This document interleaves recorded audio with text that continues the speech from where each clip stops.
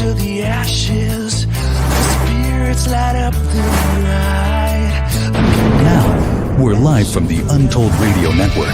It's Untold Radio AM with Monster Quest producer, host Doug Hajicek, and co-host Jeff Perrella Jr. Untold Radio AM is going live right now.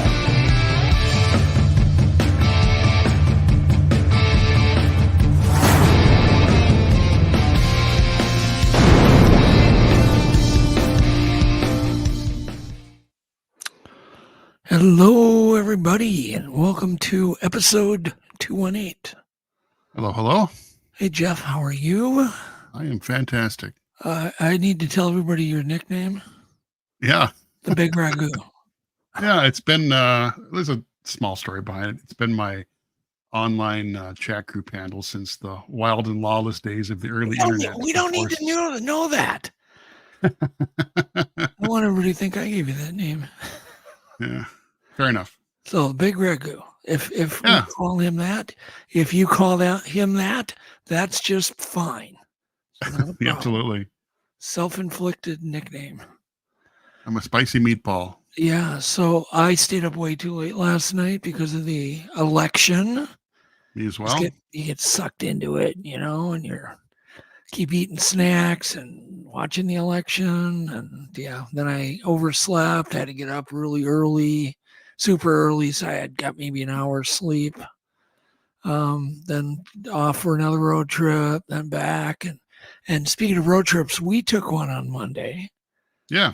And that was one of our Monday fun days. Once in a while, me and Jeff do a Monday fun day. Not every Monday, but sometimes. And we just go on a little adventure, go out of town, go somewhere, go meet with another motorcycle enthusiast. Like we did Tuesday, we went out to the Hutchinson area. Drove out there to look at a beautiful motorcycle collection of restored dirt bikes and motocross bikes. Yeah, and beautiful we bike. Were starving, and we were in Howard Lake? Yep. Was that it? Yeah. Somewhere around there. But anyhow, so we drove by and I see an A&W out of the corner of my eye, but I just kept driving. And then we decided to do a U-turn, drive back another 2-3 miles, go to the A&W, and Jeff absolutely loved it there because you take it over. Well, they had, it's an A&W, and they had their in-house homemade root beer on tap, and it was self-serve right next to the Pepsi machine. So yeah, I kept hitting that glass for a real root beer, and I didn't want to leave. Good stuff. Yeah, and homemade root beer is kind of actually made kind of like beer. I mean, it's got even a tiny bit of alcohol in it, as I remember. I'm not sure. I know there's some weird stuff in real root beer. I don't really know. I just know it tastes great. It's nice and creamy. It's about 1 billion calories, but it's a treat. What are you going to do? It's made with real sugar. It's the real deal. Yeah, it's got real sugar. Yeah, real sugar. Yeah, it was pretty good. And the burgers were good too. Good burgers, good onion rings, absolutely. And then it was worth the U-turn. Yeah, and then we went and looked at this beautiful motorcycle collection. Met a really cool guy who's flies jets. Which is kind of nice. It's always nice to know. Specialize in Husqvarna motorcycles. A lot of people don't even know those exist anymore, but or Huskies as they're known. Yeah. So anyhow, so we did that, and then we came back. Okay. So speaking of food and onion rings and A&W root beer, let's do a little bit of news, a little brain food. And then, before we do that, I want to mention our guest. And just hang on here. I want to make sure I get his name right. So, God, it's so weird. Hold on here. Why is it I'm having a brain? Do you have his name? Yep, It's David Gaggin. Say it again. Gagan. I couldn't hear you, Jeff. David Gaggin. Talking too quick. Oh, David Gaggin. Gagan, yes, that's it. I remember. And this is somebody I believe Alex booked. So I'm not terribly familiar. Super interesting boy. I'm looking forward to meeting him. He's got a Absolutely. career in, the defense industry, NASA, as an engineer. And then he kind of got off on all sorts of other stuff. And so that's what we're going to talk to him about. So anyhow, with that said, let's get into some news. Untold radio news that can be a bit weird is right now.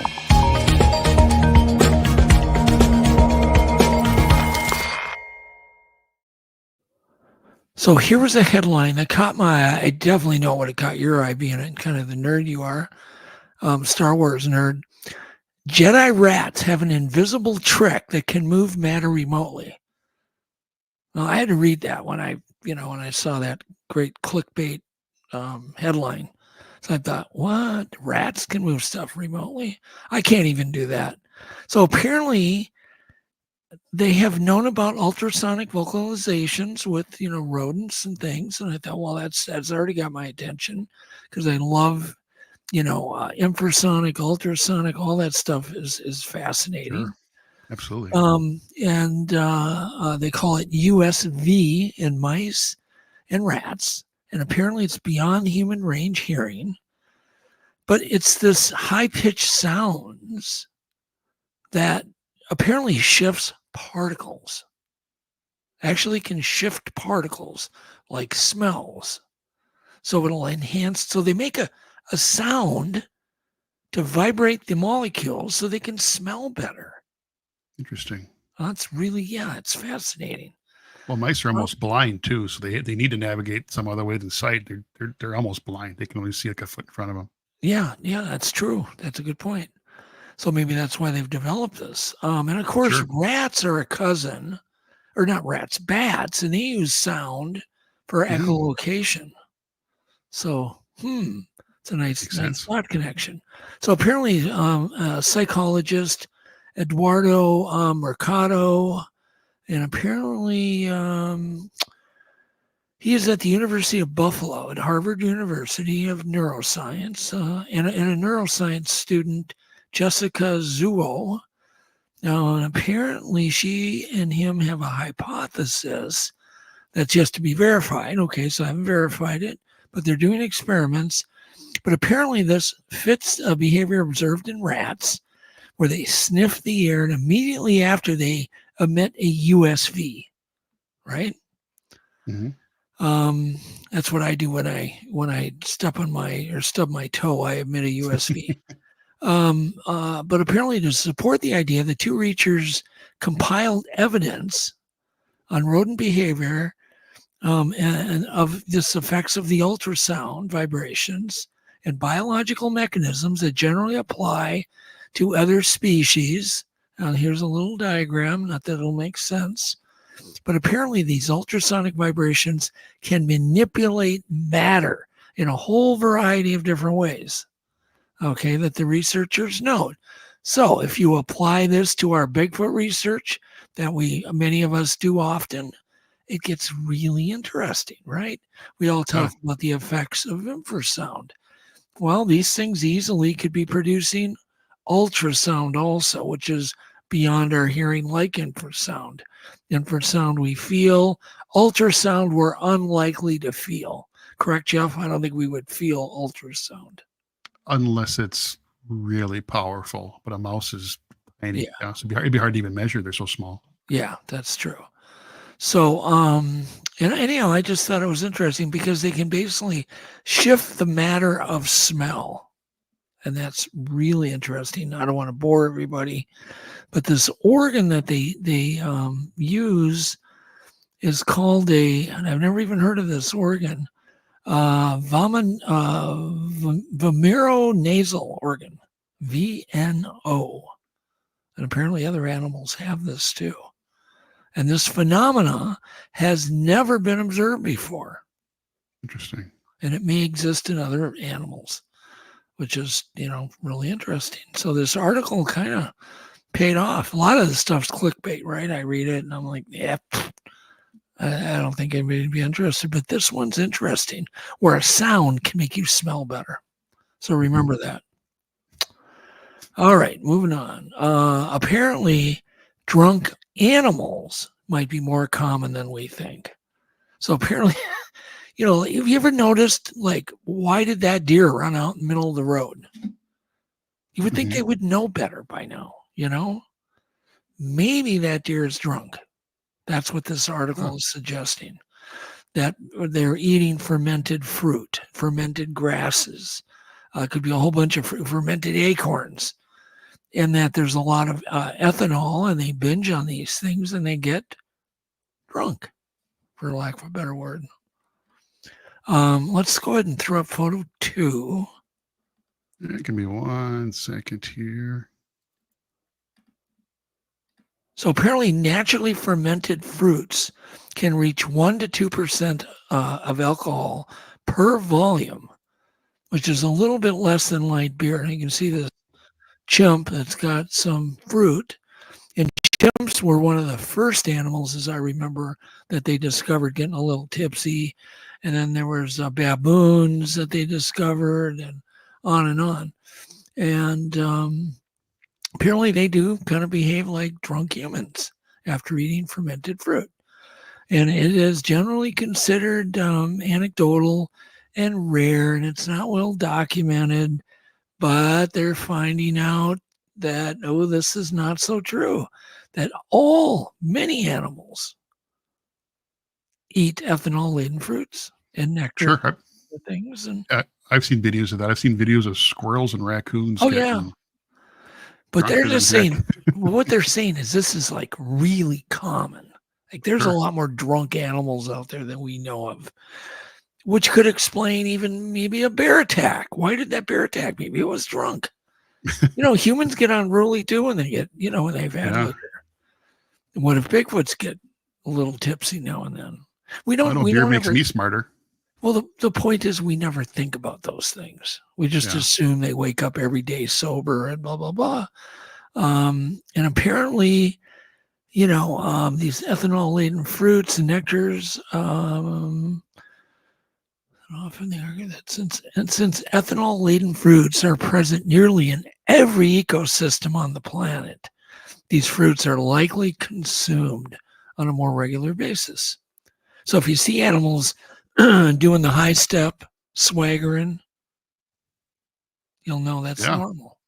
Yeah, that's just acting real stupid. Yeah, that makes sense. Then I found an article, just by chance, I swear, that drunk birds, it said, this was recent, drunk birds are wreaking havoc in Minnesota. And here's why experts call our desire to drink maybe an evolutionary hangover, okay? So these are waxwing birds, and they eat a lot of this kind of fruit. So apparently it says for some Midwestern birds, it's 5 o'clock all week after overindulging in boozy berries. The winged residents of Gilbert, Minnesota, which, Jeff, you're from damn near Gilbert. Close up there, yeah. Yeah, you kind of grew up there. It says Minnesota, these birds have been flying into windows, bumping into cars, and generally acting dazed and confused. So Minnesota's bird bender seems to be the result of an early frost. So things like early frost can lead to this.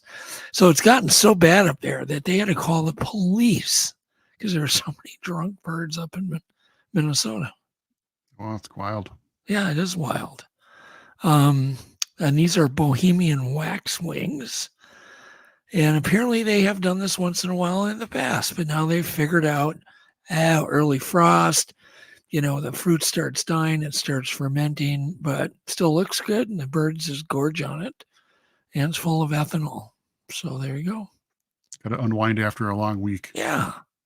So apparently good Samaritans in Gilbert have come across these tipsy birds, and they've been gathering them up and letting them sleep it off and releasing them. So interesting. All right, next. What, Jeff, do you know what? You probably have never seen this fish, but what fish scares the crap out of birds in trees? How would a fish affect birds way up in a tree? This one does. You ever heard of this? Is that a Goliath fish? I'm not sure what that is. No, it is a No, not a Goliath. fish. I can't remember what it's called. It's a researcher in Northwest University of, God, these names always kill me. Potchefstroom, South Africa. So apparently this guy traveled to the country and he went to the Mapungwe National Park to study the habitat and migration of African tigerfish. Tigerfish, that's what it's called. African tigerfish. So apparently this toothy bugger can really scare the crap out of barn swallows. So, and apparently for good reason. So this thing literally leaps. It was finally photographed leaping up into trees and grabbing birds and obviously eating them. I think Jeremy Wade caught one of those on River Monsters. I think you're right. Yeah, they got, oh man, those are some teeth.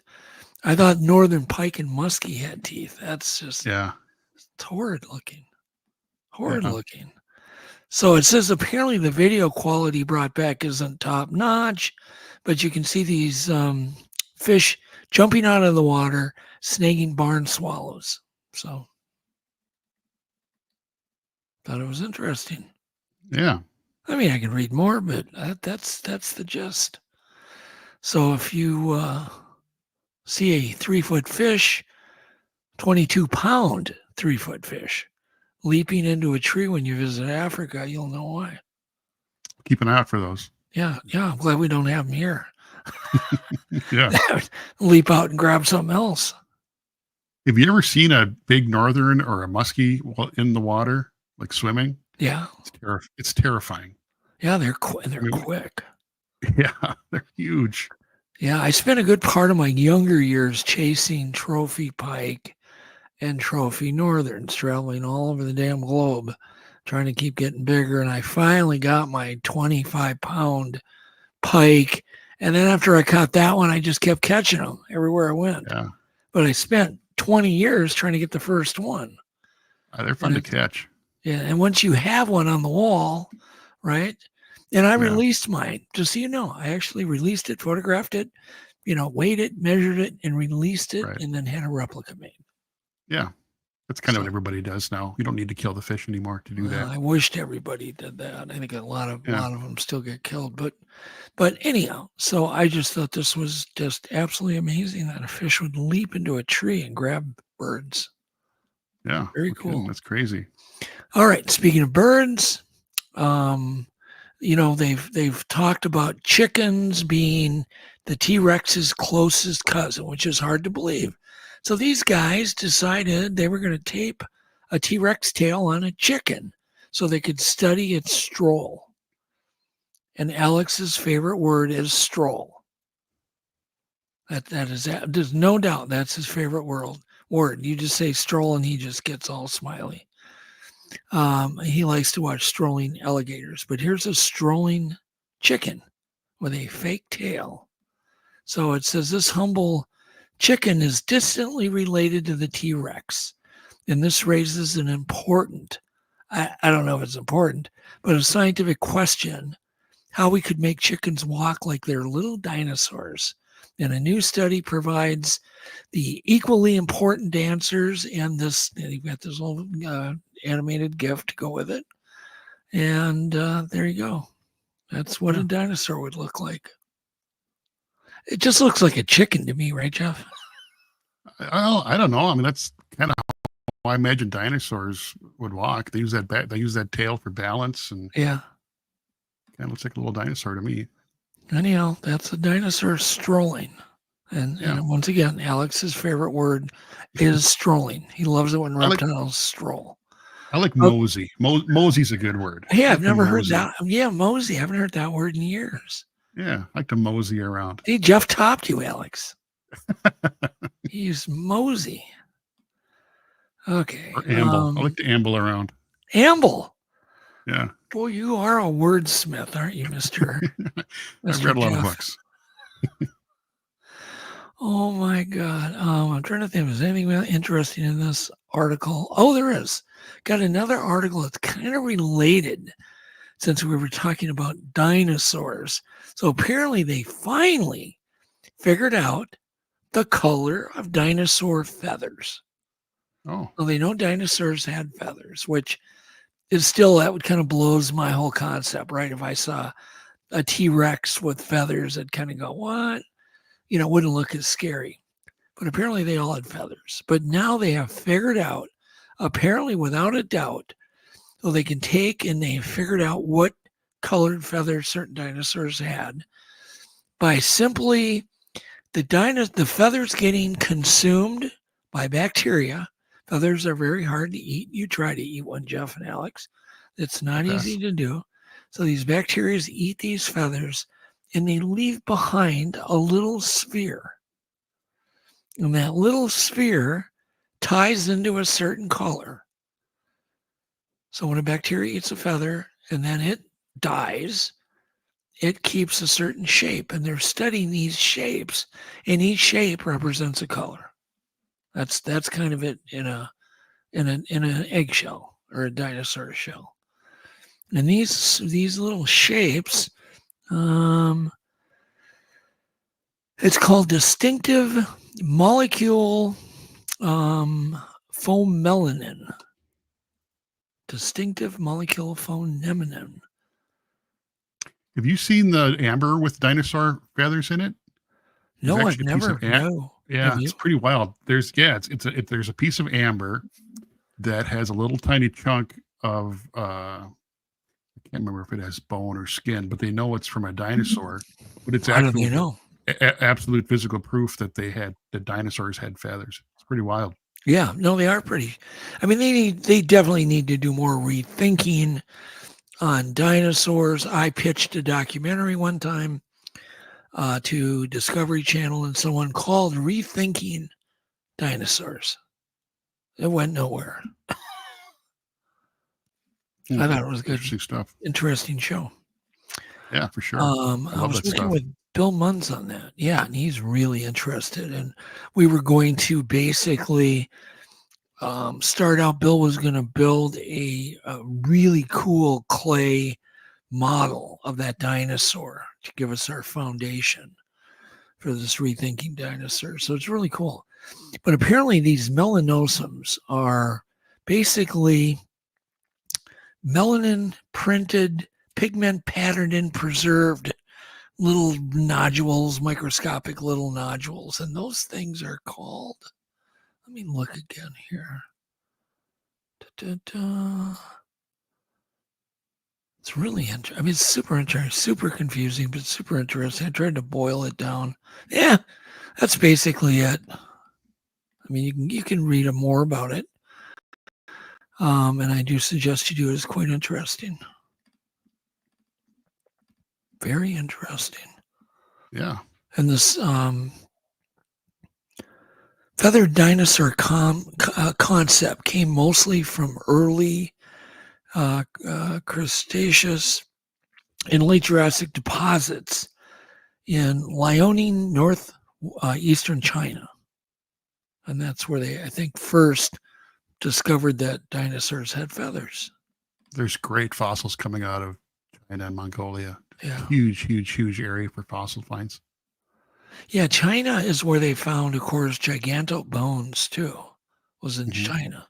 And then what an apothecary shop, you know, where they call them dragon bones that were from Gigantopithecus blackie, and then they would grind them up for potency, I think, if you know what I mean. Libido. Yep. So, and then they were discovered that way. So it's kind of neat. I mean, I still would imagine there's some species that end up in apothecary shops that we, bones and fossils that have never been. Certainly. Yeah. Been destroyed and consumed. Yeah. Absolutely. Because so much of that area is just incredibly remote. So yeah, some people that find it, they don't have no idea how old it is. They just think it's some, strange bone that they want to use for medicine. Yeah. Yeah. All right. On something lighter, let's go ahead and, now that we have this, all of us have this great relief, the election's over, we can all take a deep breath. It's done. So let's do some dad jokes.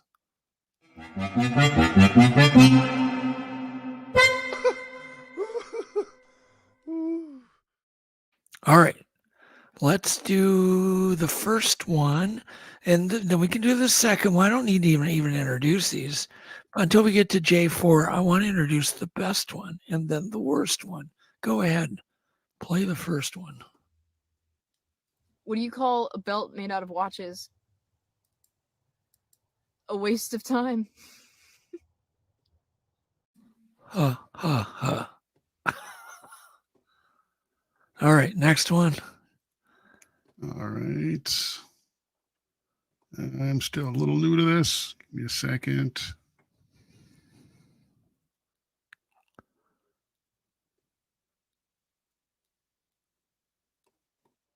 Sorry. It's all right. Did you find it? Yeah, I got it here. I'm J2. still trying to learn this software a little bit. I screwed it up. Hold on.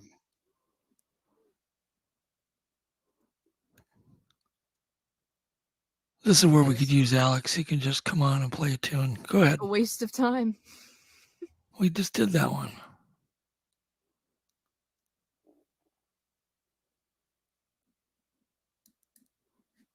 Hello. Now Jeff disappeared. Alex is helping me out here. Is that the right one? J2. You played J1.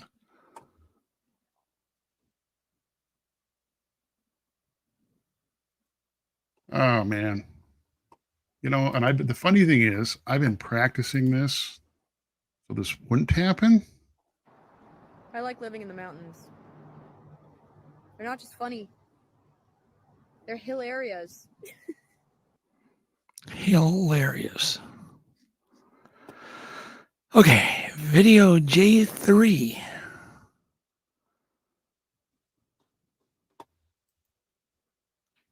How does a skeleton open a locked door?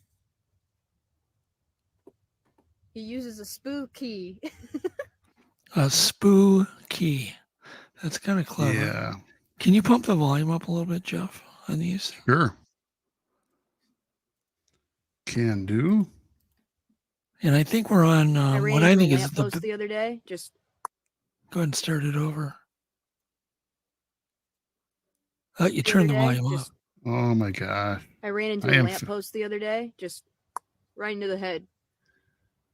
Don't worry. Yeah. I only sustained light injuries. She ran into a light post, it smacked her head, and she only sustained light injuries. Okay. Jeff doesn't think any of these are funny. I'm sorry. I'm more focused on getting these clips up in a timely fashion. You know, and I practiced this because I wanted to be able to do this quickly. Try throwing up J5. This is the worst dad joke I've probably ever heard. All right. What did one nut say while it was chasing the other? I'm a cashew. That's the worst. No. Was it? Yeah. It wasn't the worst, or it was? It was pretty bad. That was really pretty bad. I thought it was pretty bad. All right. So I last week I'd mentioned I kind of teased about doing tech breakdown about floating camera traps. So that's kind of what I want to do. This is not going to be a long one. It's pretty simple. Let's throw up photo 7, or you can run the bumper if you want.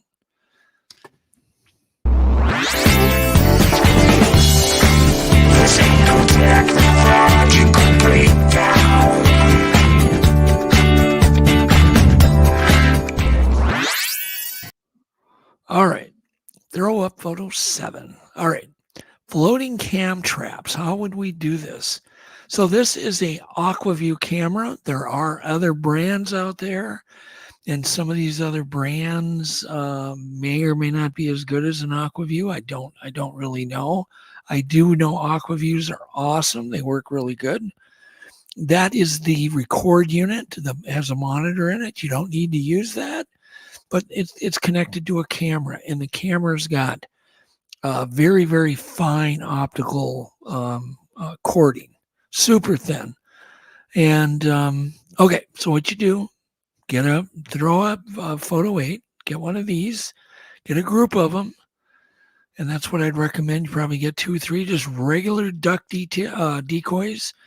Make them as real as you can. Cut a little hole the right diameter in the chest. Pop one of these cameras through. Have the cord coming out the bottom. And literally that's a weight on the bottom. And you can tie a string. Go ahead and throw these out 10 feet from shore. And then bury the record unit in a little Tupperware tub. And so now the cord is underwater. It's just ducks floating 20 feet offshore. And this camera, because the duck, you're not going to keep that duck still, depending on the wind. But generally, you can aim it a certain way. And then the duck's going to basically be scanning back and forth to shore. And once again, I think something like this, if it's used enough, if somebody has a good spot with a pond or with water, with private land, you could have really, really good luck with this. Don't you think, Jeff, that a duck is not going to, duck 20 feet offshore is going to be the least noticeable? Yeah, you think so? Yeah, makes sense. You think. So there you go. And these decoys really do come very realistic now. They're not cheap. Aquaviews, I'm not going to quote the price. I know you can get used ones. But they make great field cameras and, camera traps anyhow. But this is just such a great way to use an underwater camera for a completely different use. And it's got a 3.6 millimeter lens similar to your phone. It can see pretty far. And it's got infrared lights. So you can use those, turn them off, whatever you want. All right? Yeah.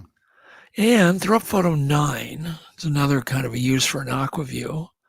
This is a water lily that I made for Les Stroud. It's just one of many camera traps I made for him. That is a artificial water lily that will float, and it's got a camera. And you'd put that near shore.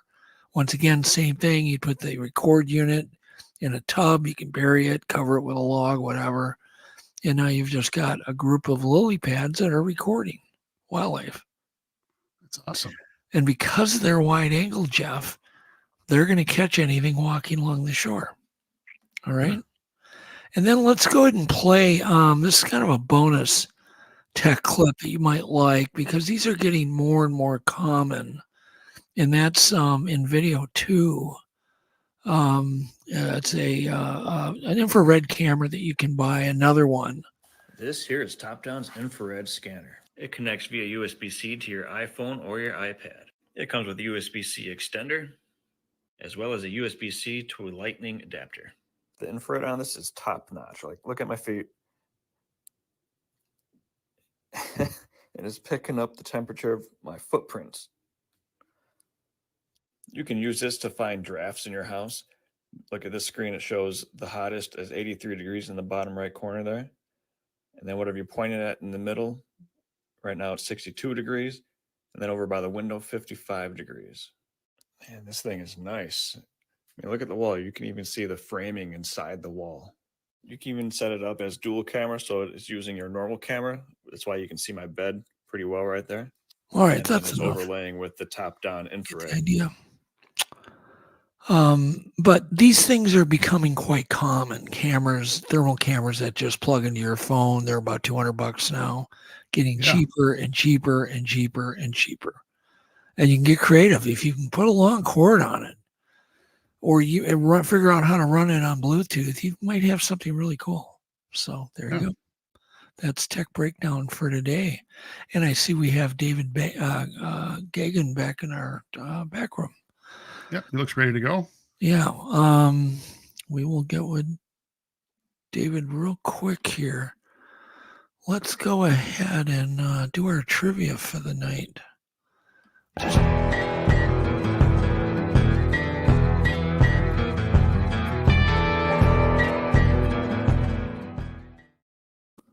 All right. Who wants to challenge Jeff? Now, you remember, Jeff is, man, he's sharp. You're going to have a hard time trying to beat Jeff on anything. So does anybody want to take that challenge? Or we'll just play Jeff all by himself and see what he knows. So let's see here if anybody's stepping forward. I got to move my chat up. There we go. There we go. There we go. Anybody want to play Jeff in trivia? It's on mammoths. Oh my God, Eric's like, I will. Eric likes doing this. It's on mammoths, Nixon. Just regular old mammoths, yep. So if somebody doesn't come forward, we'll use Eric.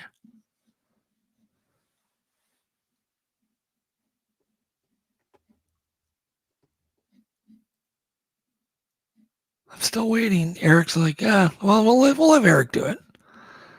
I'll have Eric do it. He was first to say he wanted to do it. Okay, Jeff and Eric.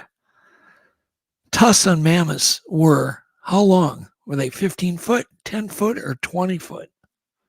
How long? How long were they? Yep. If you unfurled them. Oh, the tusks. Yeah, the tusks. Oh, I thought you meant the whole. No, I'm gonna go with 15, 10, or 20.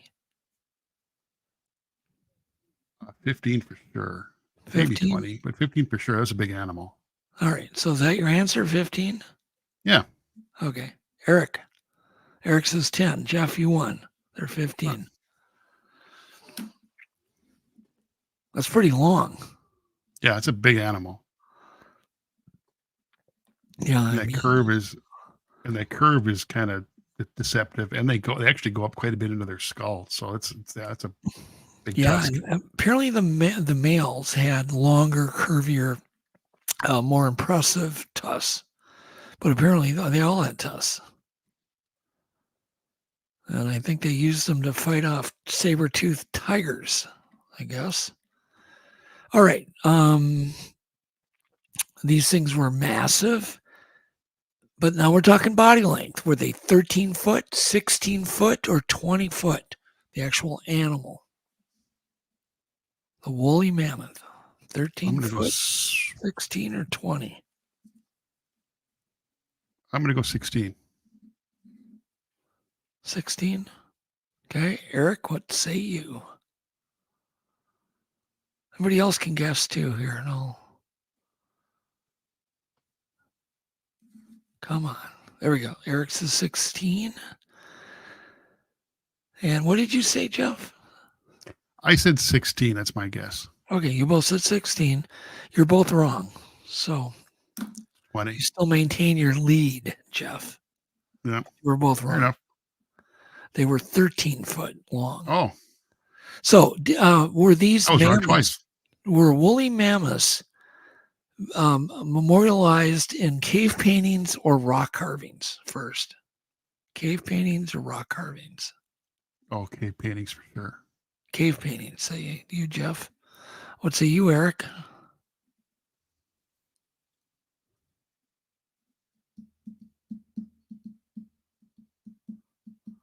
And Swope is asking me whether mammoths and mastodons are different. I have no idea.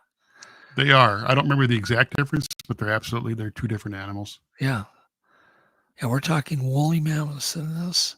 So Nixon says cave. Eric says cave. Yeah, you're both right. And you're all right. It's cave paintings. They didn't do rock carvings yet. All right. When did these things live? 30,000 to 12,000 years ago? 50,000 to 10,000 years? And these are, once again, for woolly mammoths. When did these things kind of walk the planet? 30,000 to 12,000 or 50 to 10? 30 to 12. 30 to 12. What say you, Eric? Bigfoot Todd said he's got rock art. And you must have made it.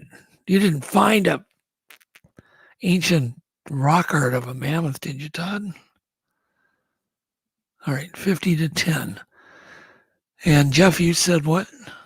30-12. 30-12. And so, Jeff, you're right again. Eric, you're wrong. So you got a 2-point lead. All right. There was another woolly creature that lived that was also huge and started with the name Woolly. First person to name it. Rhinoceros? Yeah, the woolly rhinoceros. Yep. That was really quick. I know a little bit about this subject. Ew. I didn't cheat. I didn't know it was coming, but I happen to know a little bit about this stuff. All right. So the woolly rhino was also called a Colodonta. Also roamed the plains of the Pleistocene Eurasia, and it was hunted for its food and its pelt by early humans. It says they presumably found the 1-ton beast easier to handle than these woolly mammoths. That's kind of hard to believe, but whatever. Yeah. All right. Next, what do we have here? How many woolly mammoths, how many mammoth species were there? Were there a dozen?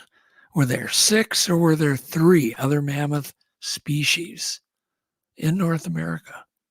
In North America? In North America. How many mammoth species were there? A dozen? Half a dozen? Or 3? I believe 3. 3. Okay. What's you, Eric? Jeff picked 3. Susan says 3. Eric says 3. There's a lot more in Asia. There was a dozen.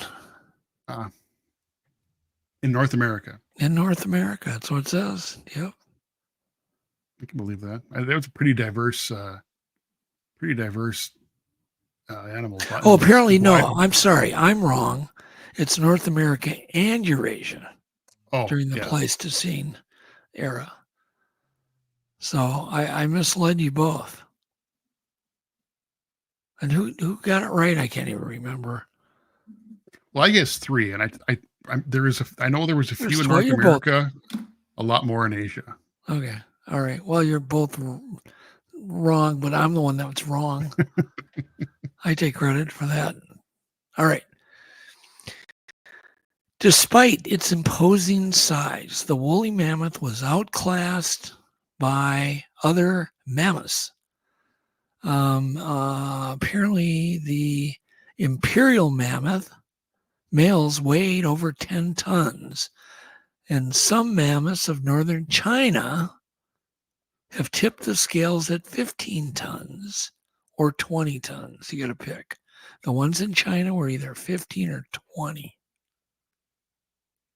I'm going to guess 15. I think they were smaller there. 15? What say you, Eric? Because ours were only about 10 ton. Let's see, 5 to 7 ton, which is already huge. I mean, a ton is what else? It's like 2,000 pounds.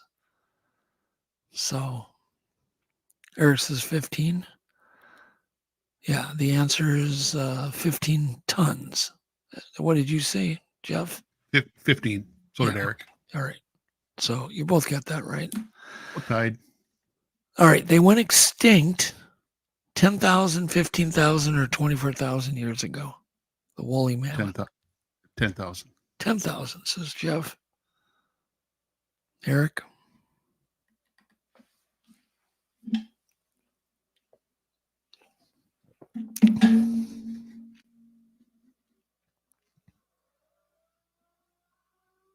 Eric, I don't know if that's 15 from the last answer or the new answer. Oh, there we go. Pat says 10. Eric says 15.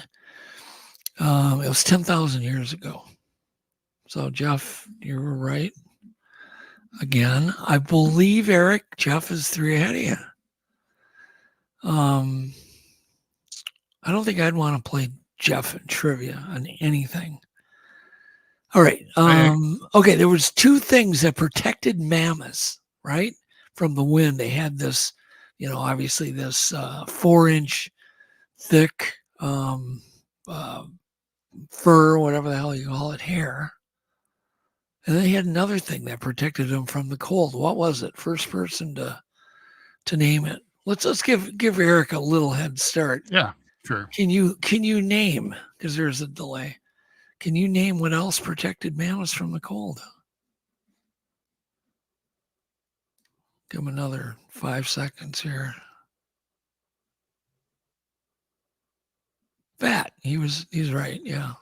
Yeah. Big layer of fat. Yeah. This is interesting. There was someone brought up mammoths found on Russian islands. The dwarf mammoths actually may have survived up until, I want to say, 5,000 or 6,000 years ago, if memory serves. So they survived a lot longer.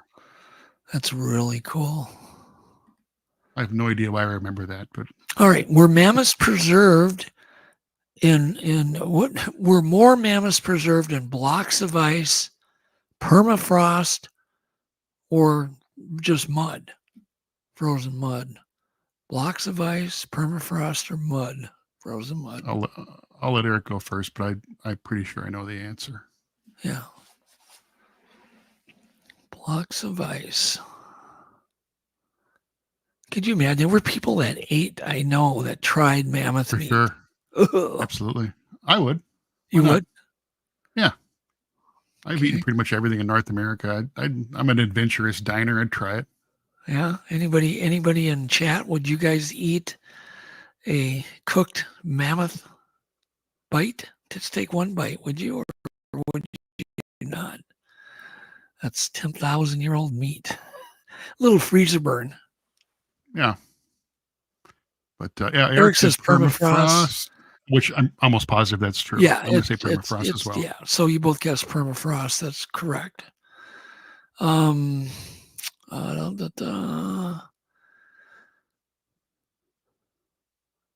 Okay. How long does DNA keep? Is it, because mammoths are only, 40,000 years old at the most. They're things their meat that they find their bodies, so they can reconstruct the DNA.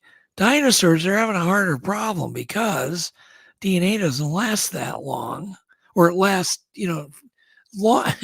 It lasts longer than mammoths, but where's the cutoff? Is it 5 million years, 2 million years, or 10 million years? Where does the DNA really go bad? 5 million, 2 million, or 10? 5, 2, or 10? I'm going to guess 2. I don't think they last that long. 2 million for Jeff. Eric says 60 million. That wasn't an answer. 60 million is when dinosaurs went extinct. Yeah. But when does the DNA completely goes bad? That's why they're having a hard time with dinosaurs. 5 million. And what did you say, Jeff? I guess 2. 2? It's actually, you're both wrong. It's 10 million years is the cutoff for DNA reconstruction. Yeah. So they can extract it up to 10, but it's getting better and better. So that answer will not hold true probably next year. Well, I think the problem is that it fragments, so you need really, really fancy computers and I'm sure with improvements in AI, they'll be able to resequence that DNA, put it all together. Yeah, so it gets all broken up. What that's what causes it to degrade is it gets broken up. Yeah, I still have very much hope that someday, at least you youngins will be able to see a real dinosaur again. Well, before probably that, we'll see it probably won't be a mammoth. No. Yeah. But we'll probably see a mammoth and hopefully a thylacine before too long. For sure, I think mammoths is more probable. Yeah. Oh, for sure.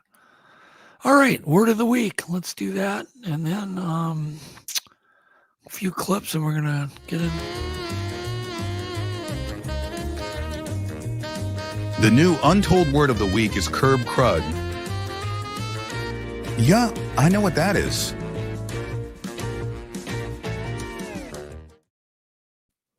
All right, let's show a picture of curb crud. We'll all know what it is. This bugs me forever every time I stop at a stoplight. Whoop. Hold on. Photo 11. There it is. Yep, that is it.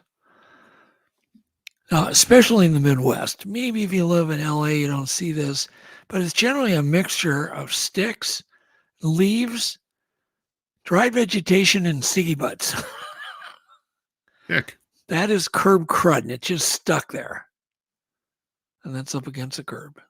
And you see it, and you look at that, and you go, God, I wish somebody would sweep that crap up.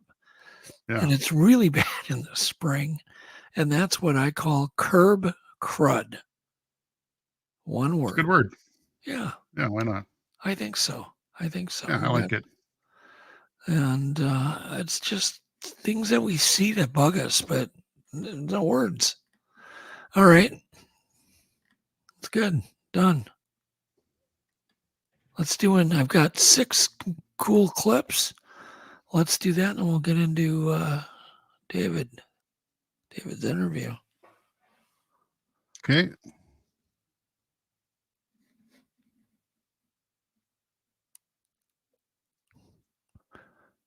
Bear with Jeff. I know. I almost got it. There we go. You want sound on this one? Yes. Well, yeah, let me introduce it. Clip 1, sound is fine. And this is happening a lot more. Like, as every year goes by, the bear population is greatly increasing all over America. Bears are moving into next to homes. We're building more and more homes out in bear country. And this kind of stuff's really getting common because bears aren't stupid. They know how to get into get into homes and things without even breaking much. Go ahead and play it. The reaction to these ladies is kind of priceless. No way, that's not. Oh my gosh. No way, that's not a person. Could you imagine just walking down your stairs, Jeff, thinking you're just going to grab a soda out of the fridge and there's a bear in there? Oh, that'd get my attention.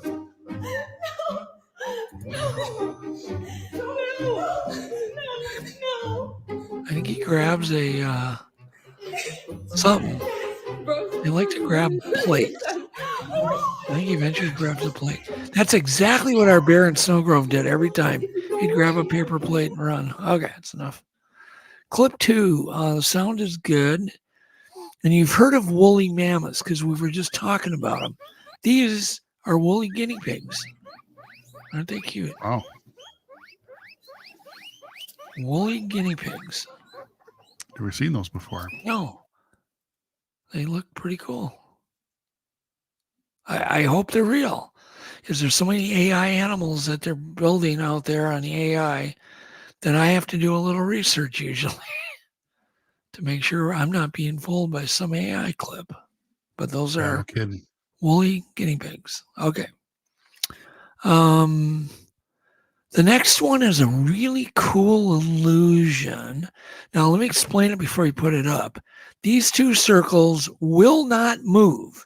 They're not moving up, down, sideways, anywhere. But you will swear they are going all over. Go ahead and play it. Oops, I hit the wrong button. I am just having all kinds of issues here. Clip 3. Oh my gosh. Give me 1 second here. I'm not getting a passing grade here tonight, I don't think. Oh, I don't think anybody minds. It's kind of I'm learning. Clip 3. There we go. Yep. All right, now just watch this. You're going to swear those circles are changing size, moving right, left, up and down. Do you see that, Jeff? That's wild. Yeah, they do look like they're moving, don't they? Yeah, they do.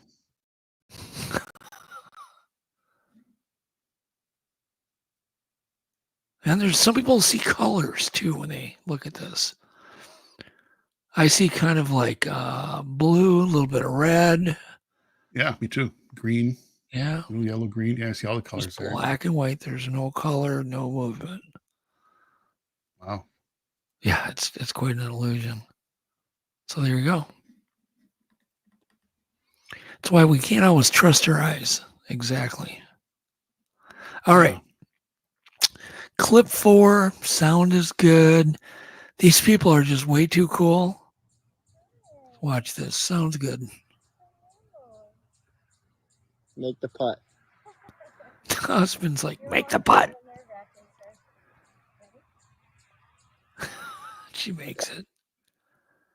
Now that deer's got antlers. Yeah, it's a spike buck, but I couldn't injure somebody.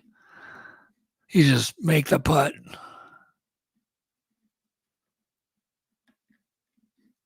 Jeff, any comments?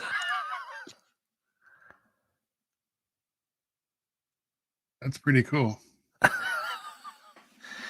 Okay. Clip 5.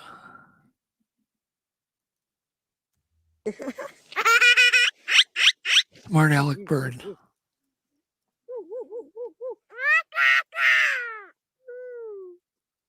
Well, hi, Judy. Judy. Hurrah, hurrah. Judy, well, hi. Majura badrange. Majura.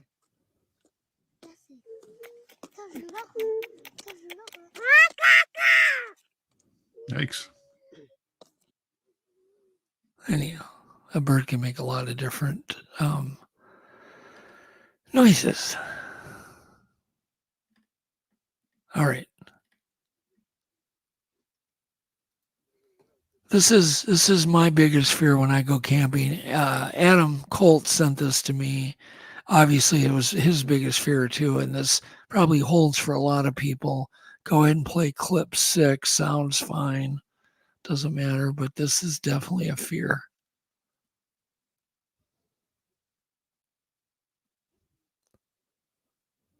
You got to play it from the beginning, which somehow that got messed up.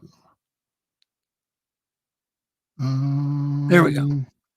There we go. That was the beginning. All right, that's enough.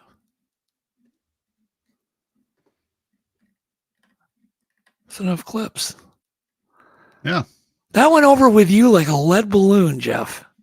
I'm sorry. I'm focusing on getting everything else ready here. Does anybody ever want to, if somebody else out there in the world wants to handle this kind of thing, join I'll our get better team at it. And be it's my first day. A tech person. It's my first time. I think we've grown enough where we need a tech person to just do tech. I'm learning. Yeah. Anyhow. So, okay, author David Gaggin. Apparently, he says he bridges the worlds of science, spirituality with advanced degree in mathematics, electrical engineering. He has spent 16 years at Boeing before directing research for the U.S. Army and NASA. So he later founded Cobham Defense Electronic Systems, and apparently it grew from a startup to a $1 billion corporation. So throughout his technical career, Gagan pursued deeper questions about existence, finding traditional science, religion, philosophy very insufficient. He then spent decades researching metaphysics, consciousness, and then after retiring, he authored The Endless Journey and hosted the Common Sense spirituality show on iHeartRadio that had over 225,000 monthly listeners worldwide. So with that, and there's a lot more, but that gives you an idea on his background. And what we're going to do with David is we're going to talk about all sorts of topics. I want to keep this conversation interesting and understandable. So we're going to cover some of the. Well, we'll just start with the 5 big mysteries, right, Jeff? Sure. I mean, you always go, what are the 5 mysteries? Well, if you sat down with somebody who knew every answer, what would be the 5 questions that you would ask them? I think many of us would ask the same questions. So with that, let's welcome David Gaggins on. There he is. There he is. I'm on. Good evening, guys. Hey, David. So, are you interested in a ton of mysteries? I would imagine you are. Sure. But are you? But do your mystery interests go beyond death and space? And I mean, where does it end for you? I don't know that it ends. You find out as much information as you can about whatever you can find out, but it's really the answers to life. Who am I, where am I, and why am I here? So it's these answers they're hard to find, the answers to them. We get the information in bits and pieces, and you try to put it together and come up with some kind of rationale that explains as many answers to life as you can find. Are you interested in? Okay, so there's just talk about one of the great mysteries, whether we're alone, all of the things that people see, both in our skies and in our bedrooms and in the forest and so on. What are your thoughts on UFOs now and maybe UFOs back 20, 30 years ago? I mean, where have you changed and what do you think they are? I think UFOs are very real. I think they have been around for a long time, a lot more than 20 or 50 years. I think they've been around. They could have been around for millions of years for all I know, but I think they've been around since the beginning of mankind's civilization. And I think they're just beings from other planets. And I don't think there's one other planet that they're from. I think they're from, there's numerous planets that are providing these sources of intrigue for us. And I think they're interested in us as much as we're interested in them. So, okay, and that's kind of the answer that I've always felt too. They're just the simplest answer is probably right. They're traveled here. They're just being from another planet, and it looks like there's just tons of other planets. But I get kind of it kind of lets the gas out of my theory when I keep hearing, well, we're too far away to get here. And I always think, well, how do we know how they travel? We have no idea. Just because we don't have that technology, why do we judge them by our technology currently? I mean, don't you kind of agree that that's a dumb standard to judge other extraterrestrial creatures by, our gas cars, that go, 55 down a freeway, or rocket ships that, barely will not even come close to the speed of light? What do you think? I think you're absolutely right. I think there's no way that we have an ability to understand their technology at this stage of the game. One, they haven't showed it to us, or at least we don't think they've showed it to us. Maybe they have. Maybe they showed it to certain elements. Maybe there are certain government organizations scattered around the world that they've showed it to, but they certainly haven't made it public. And so there's no way to judge it, but there's certainly no reason to believe that they don't have that technology. I mean, you look at us. How long have we been in the technical age? Maybe 300 years. I mean, pick a number. And there's certainly, we could find civilizations out there that are 1,000 years ahead of us, 100,000 years ahead of us. Who knows, 1 billion years ahead of us. What kind of technology would these civilizations come up with? At the rate we're going, we'll find it before too long. So there's no reason for me to believe that they don't have the technology to get here. No reason at all. Yeah, and that's kind of, what I've always felt, but I keep hearing these theories more and more and more. They're just us, they're just us from the future. And I'm like, well, if they're from the future, then they've time traveled or they're hidden from us all these years. I don't know. So I just think the simplest answer is they're from space. And I don't know what you think about that, Jeff, or what questions you would pose to David. But I like David. I like his answer. I totally believe that there's stuff out there. The big question is, space is really, really big and distances are just unimaginable. So I would just wonder how on earth they would find us. I mean, they're so far away, and who knows? Look at what we're doing with some of the satellites that we're barely just getting started with. How we're able to identify planets in other solar systems around other stars, and we found hundreds of them, and we're just getting started. If you could get your aperture, one of the telescopes they talked about is getting your aperture to be the width of our orbit around the sun. And if you had an aperture like that, think what you could see. So, and if they have the technology to get here, they certainly have the technology to look around and see what's going on. So it wouldn't surprise me at all that they could find us. Not at all. Well, aren't we beaming? I mean, aren't our television signals from the 50s still going? Absolutely. And they're traveling farther.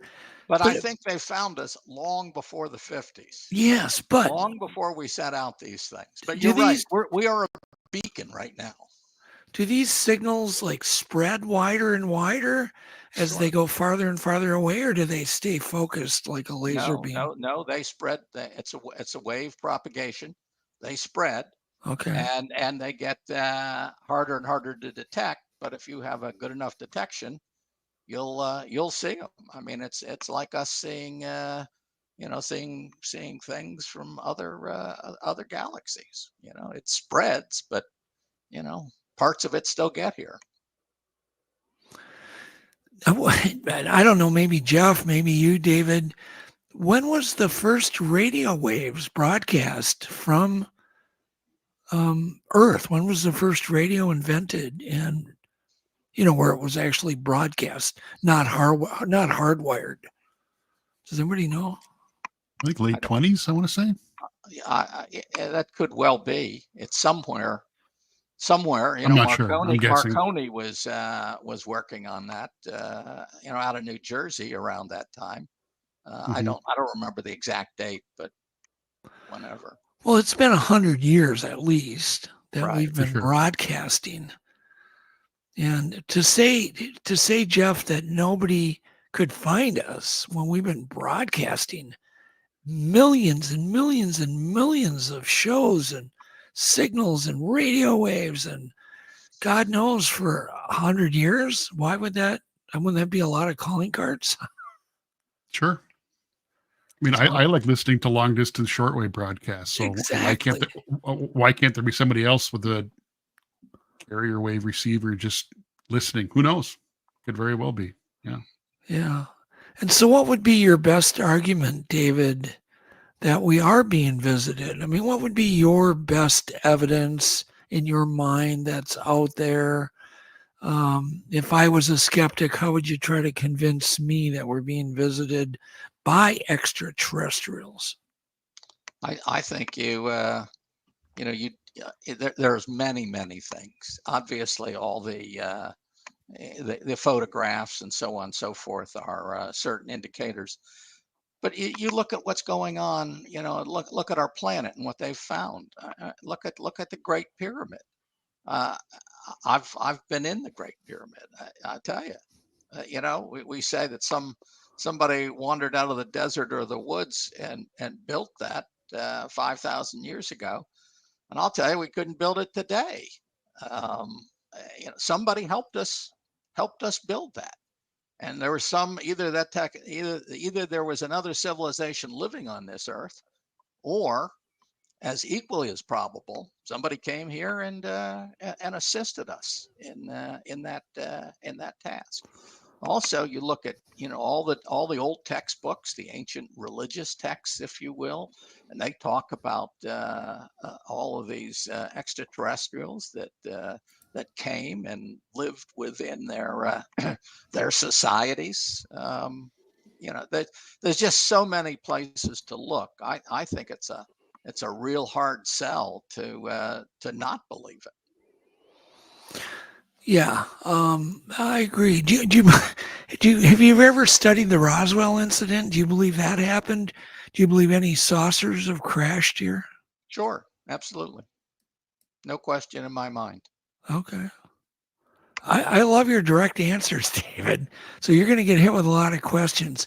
And by the way, if you have questions for David, because he's really well versed on everything, and we're going to cover a vast amount of topics from reincarnation.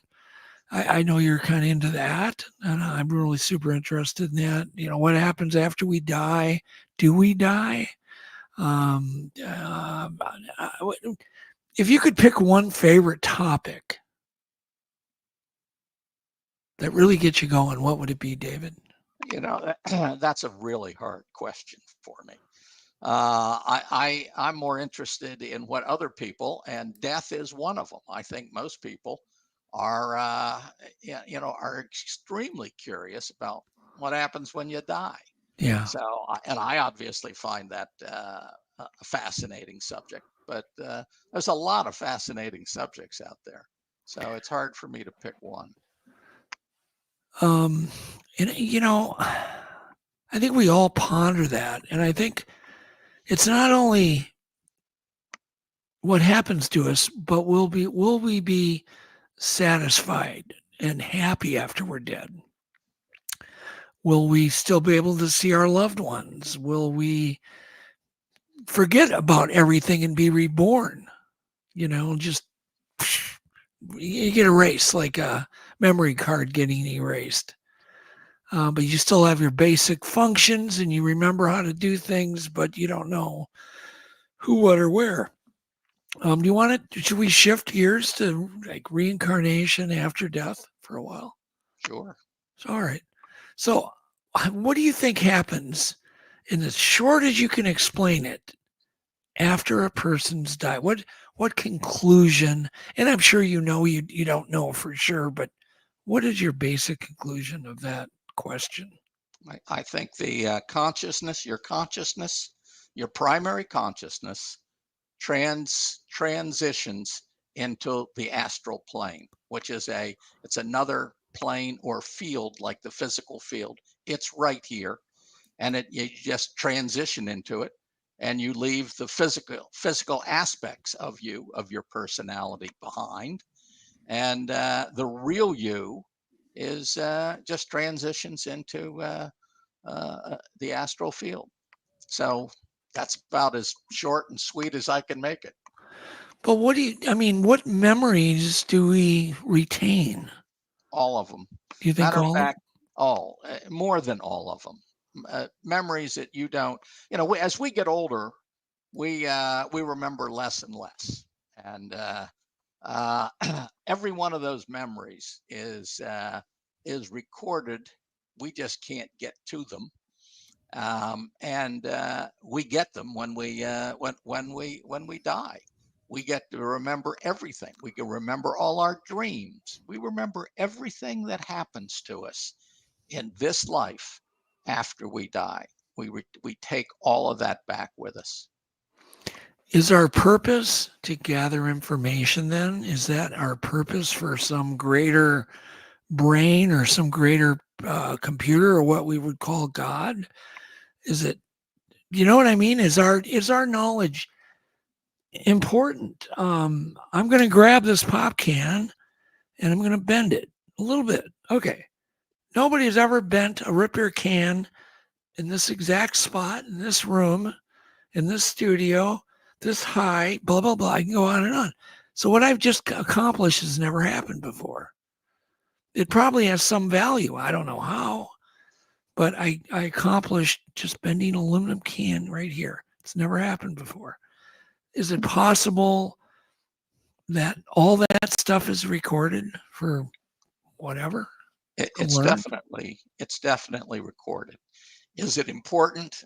I can't tell you if it's important. I don't know what's important and what's not important, but I can tell you that we absolutely have a purpose here. Everybody has a purpose.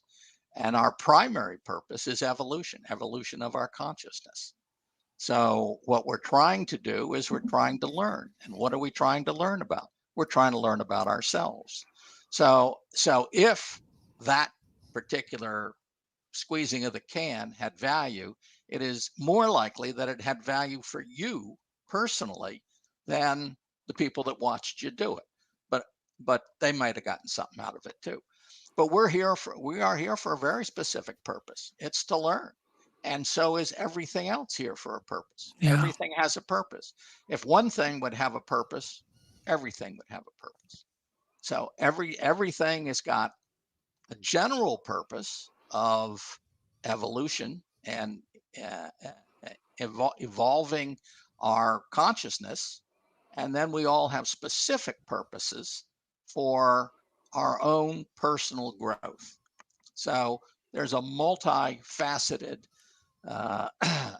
set of purposes that everybody has their own, but we're all contributing to one larger body of knowledge, which is understanding ourselves, because we're all one.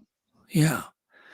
Yeah, I mean, that's another way to put it, and you can kind of stop me if you disagree, but is it possible that when every possible combination of every possible thing has been done, that it'll end? Like you can't learn anymore when every possible combination of every possible thing has been accomplished. Will it all just disappear and then start over again? No, like nothing split in two? It'll never happen. You Okay. cannot possibly do every combination of everything that's possible. You can't possibly do it. We Okay. have eternity to learn it, and we'll learn what we can. And the longer we're around doing things, and around is not just sitting here on Earth. Around is in a lot of other places. You might have an existence as a star or in a star. There's so many possibilities in this universe for us to learn. There is no reason to believe that there's some end.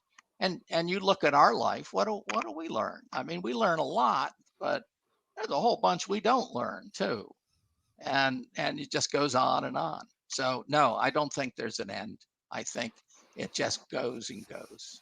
So the knowledge goes into a big database, basically, for lack of better description. Exactly. And that database appears to be the Akashic records, which is another field like the physical field and the astral field. Is that database good and evil, or is it just good, or is it just evil? It's not. This is a R&D universe, research and development. That's our purpose. Our purpose is to learn here. Everything in it is to learn. And the only thing that universal consciousness or the Tao or God, whatever you want to call it, is interested in is what it's learned. And there's no evil in it. I mean, there's certainly negative energy here, but they don't care if you've made mistakes. They don't want to record that.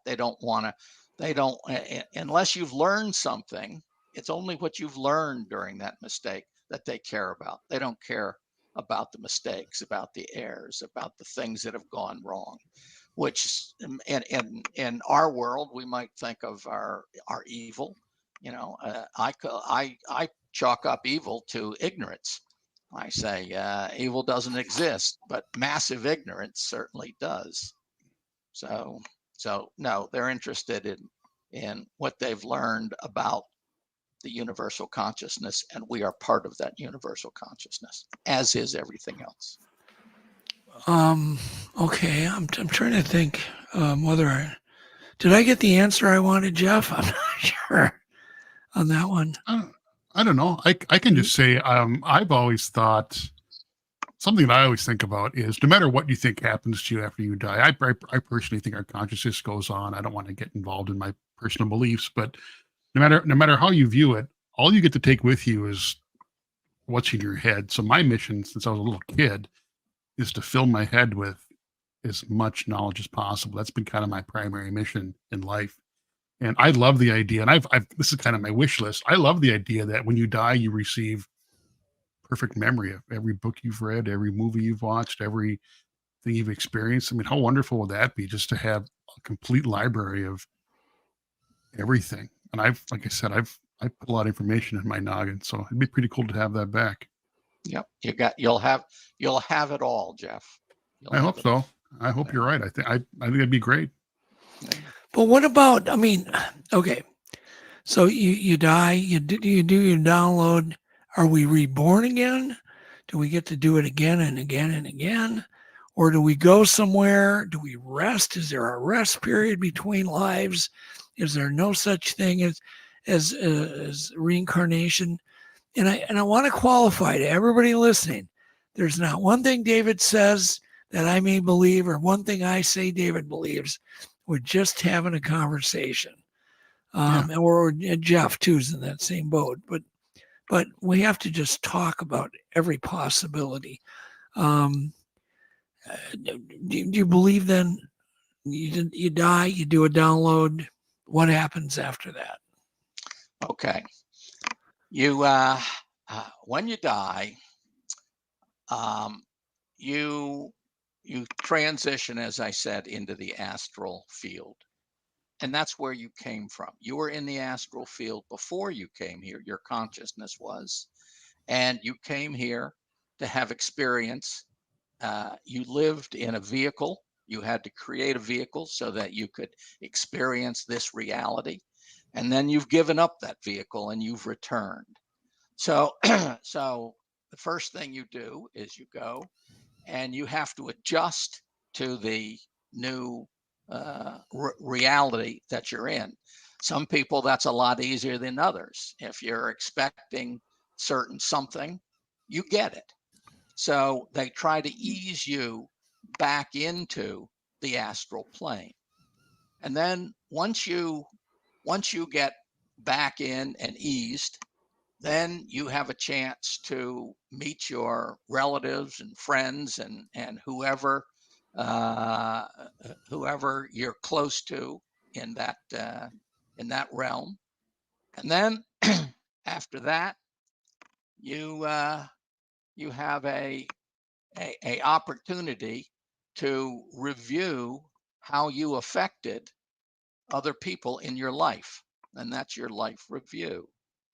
And so you get to feel what you've made everybody else feel. Gotcha. Then after that, you get a chance to rest if that's what you want to do. And most people do. You can get to travel around the universe and see other cultures and civilizations. You can go fishing. You can do anything you want. The physical field that we live in is an illusion. Well, the astral field is an illusion as well. And so are the other fields of creation, the other 7 fields of creation. So you can do what you want in them. You create an illusion and you can experience it. And then eventually you end up having a life analysis. A life analysis is where you get to see the decisions that you made and the effect that those decisions had. In other words, you'll find out that all the things that you that happened to you that you thought maybe somebody else did them to you, you'll find out that actually it was because of the decisions that you made. And it'll let you go through and show you if you made a slightly different decision, something else would have happened. And all the problems that you created were really your creations. And as such, you were the cause of the problems that you had. And then and they'll try to teach you, look, if you do it differently, you won't, that same thing won't happen. And then after that, you go and your soul will say, okay, I want to create another being. And that other being is not necessarily just you, but it is your soul. So it's your soul that is who you are. You only see a tiny piece of it. You just see a little piece, which I call the ego, that's focused on the physical field. And then you go back, and here you are, and your soul is saying, okay, let's go have other experiences. So the soul will create a life plan for you to go back, and it'll create another personality like you, but it won't be you. It'll be parts of you, and it will be your soul, but they'll never be another you. They'll never be another me exactly. But our consciousness, parts of our consciousness, will be involved in the other personalities that are created. Okay. Are we then, when we come back, choose to come back, do you think we're genetically connected? So you're going to get reborn into the same family or extended family, or unlikely. Friends, or not? Just highly unlikely. But what you will come back with is the other spiritual entities that you did things with. In other words, your mother this time could come back as your son next time, or your spouse, so you'll work with the same spirits, but it won't be genetically the same. In other words, you'll end up probably your soul will want to experience many things. So it will want you to change cultures, maybe, change certainly genders. It'll want you to change many, many things, your views on things. You'll come back with a different set of what I call biases, which is energy that allows you to look at a problem in a certain way, because your soul is trying to experience as many things as it possibly can. So what you're doing, you and me are doing here, is we're the experiencers. We're the ones that are trying to experience whatever our soul asked us to do, and that we signed up and said, yeah, that's a good idea, we'll do that. We don't have to do it, but we had agreed to it, but we forget those commitments. So our soul keeps trying to encourage us to have the experiences that we had signed up for it but have forgotten. So there's that. But we come back differently, and to do different things. But we remember the past lives. All your past lives are in your subconscious. So you have access to those. So if you went to hypnotic regression, for example, there's a good chance that you could go back and you could re-experience past lives. You could re-experience what you did after those lives, between lives in the astral plane. So the information isn't gone. It's still there, and it will always be there. Okay, reincarnation clashes with standard religion, Catholic, Lutheran, and it clashes, but yet it kind of doesn't clash. You get the impression in a normal Christian religion that when you die, you just either go to heaven or hell. Done. But yet, I always think, God, you'd have to live a lot of lives to become pure good or pure evil. That you would be purifying yourself, because evil and good probably doesn't have a lot to do with knowledge. It's just kind of more what you've done, the decisions that you've made is kind of my thought. So how do you justify reincarnation And how does it align with the, Catholic religion or any other Christian religion? Okay, to start with, for the first 500 years after Christ died, reincarnation was part of the Christian belief. And it got changed in the Fifth Economical Council in, as I recall, it's 545 AD, when Justinian called all of the archbishops together and said, okay, let's discuss it. They discussed it for a week. And then Justinian made a decision that reincarnation was not right, because he felt that it would be easier to control the population if they didn't think they had another shot at it.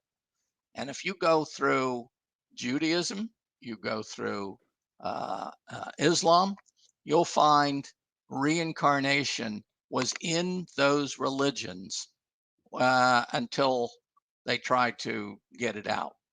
And it's, of course, in all the other Eastern religions, in Buddhism and Hinduism and the others.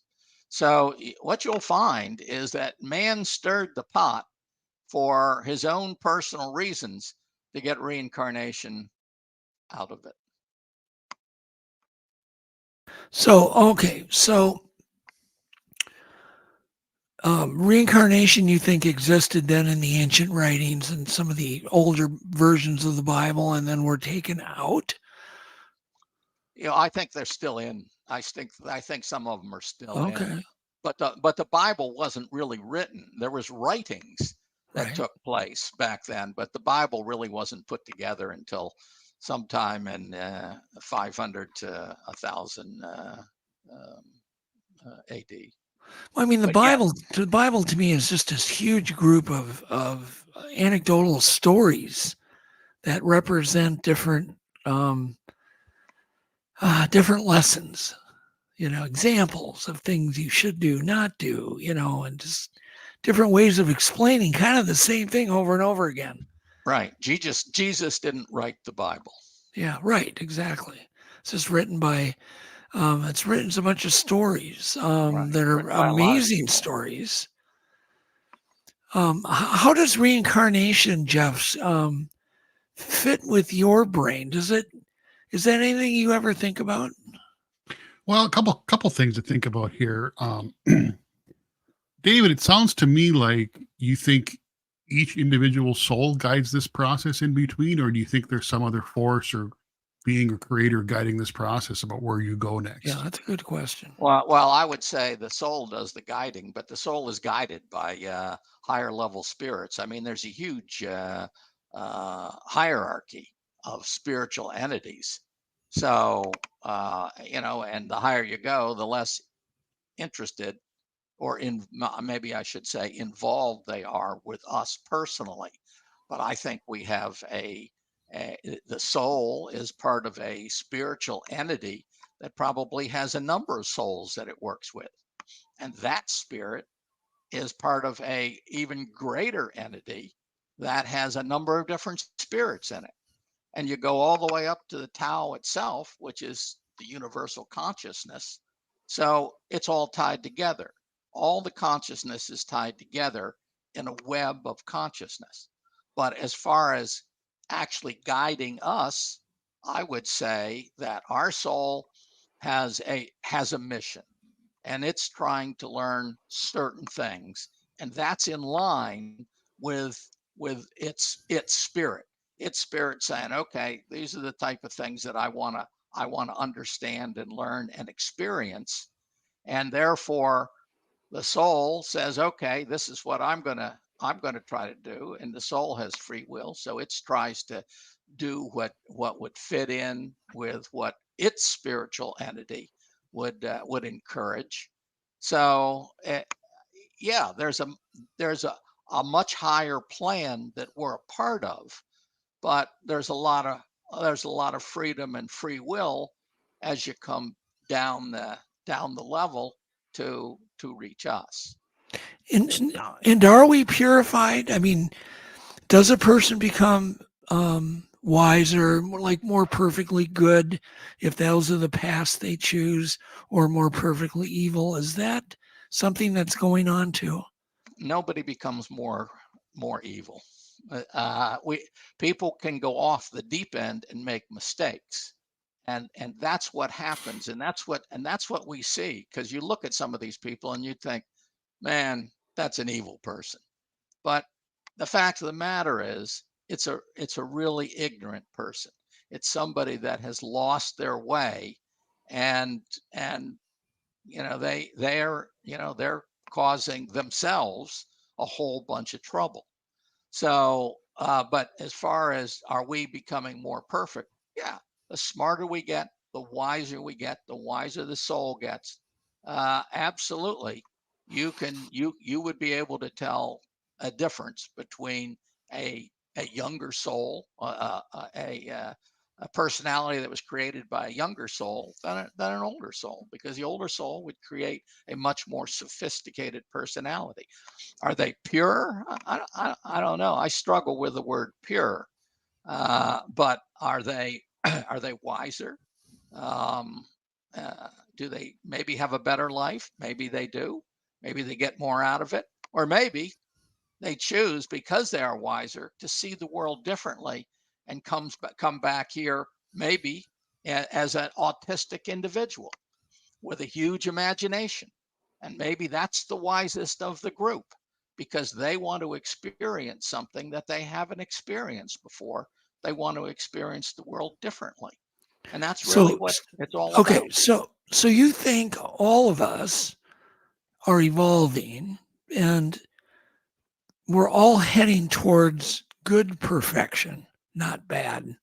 Yeah, absolutely. We're getting better. We're getting better, but yeah, perfection's a tough word. But I think you're right. I think the Tao, if you will, God, if you will, is trying to understand itself, and there's an infinite amount of information that it can learn about itself, and we're just part of it, learning aspects and pieces that it's helping us evolve and grow. And we feed the information that we learn into a larger database, into our essence or spiritual entity, which then takes that information and the information that it got from other personalities and other souls, feeds it together, and eventually feeds it into the Akashic records, where they assimilate it and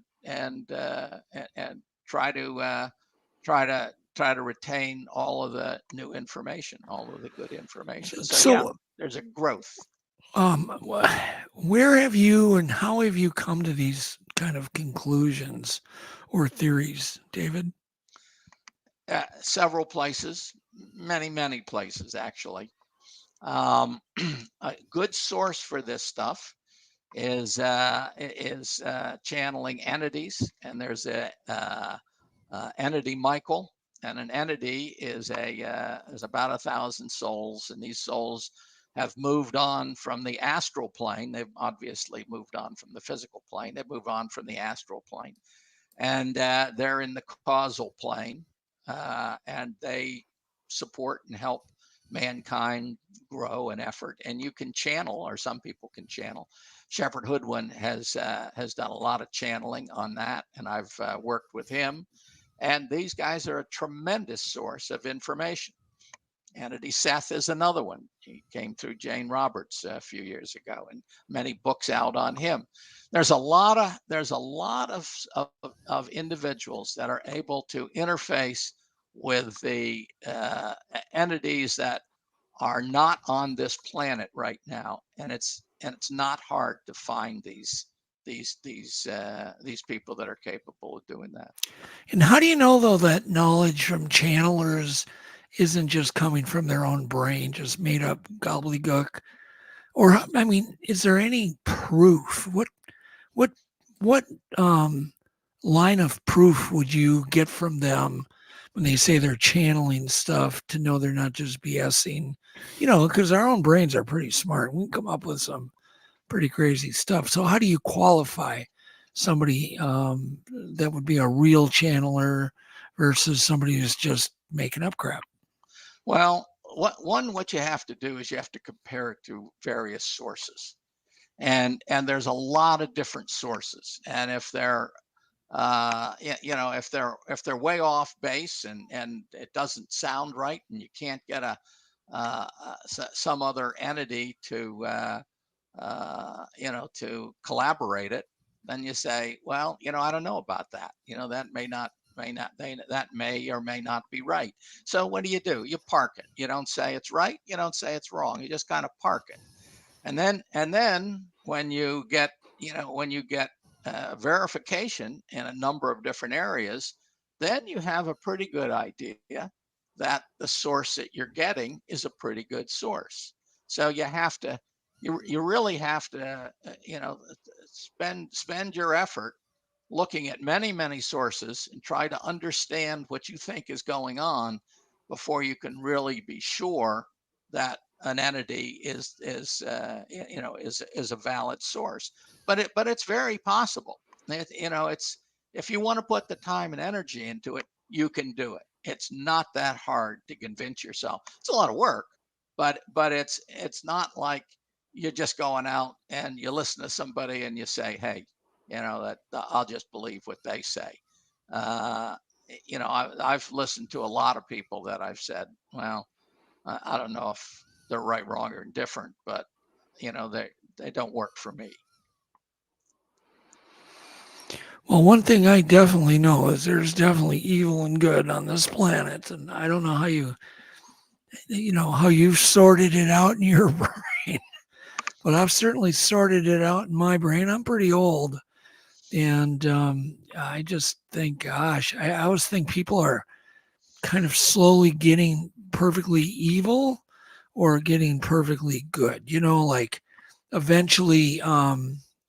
That we're all driven by our desires, and you can do a good thing with a desire or a bad thing with a desire. You pick it up. It's like each desire is like a cobblestone in a road, a rock in a road.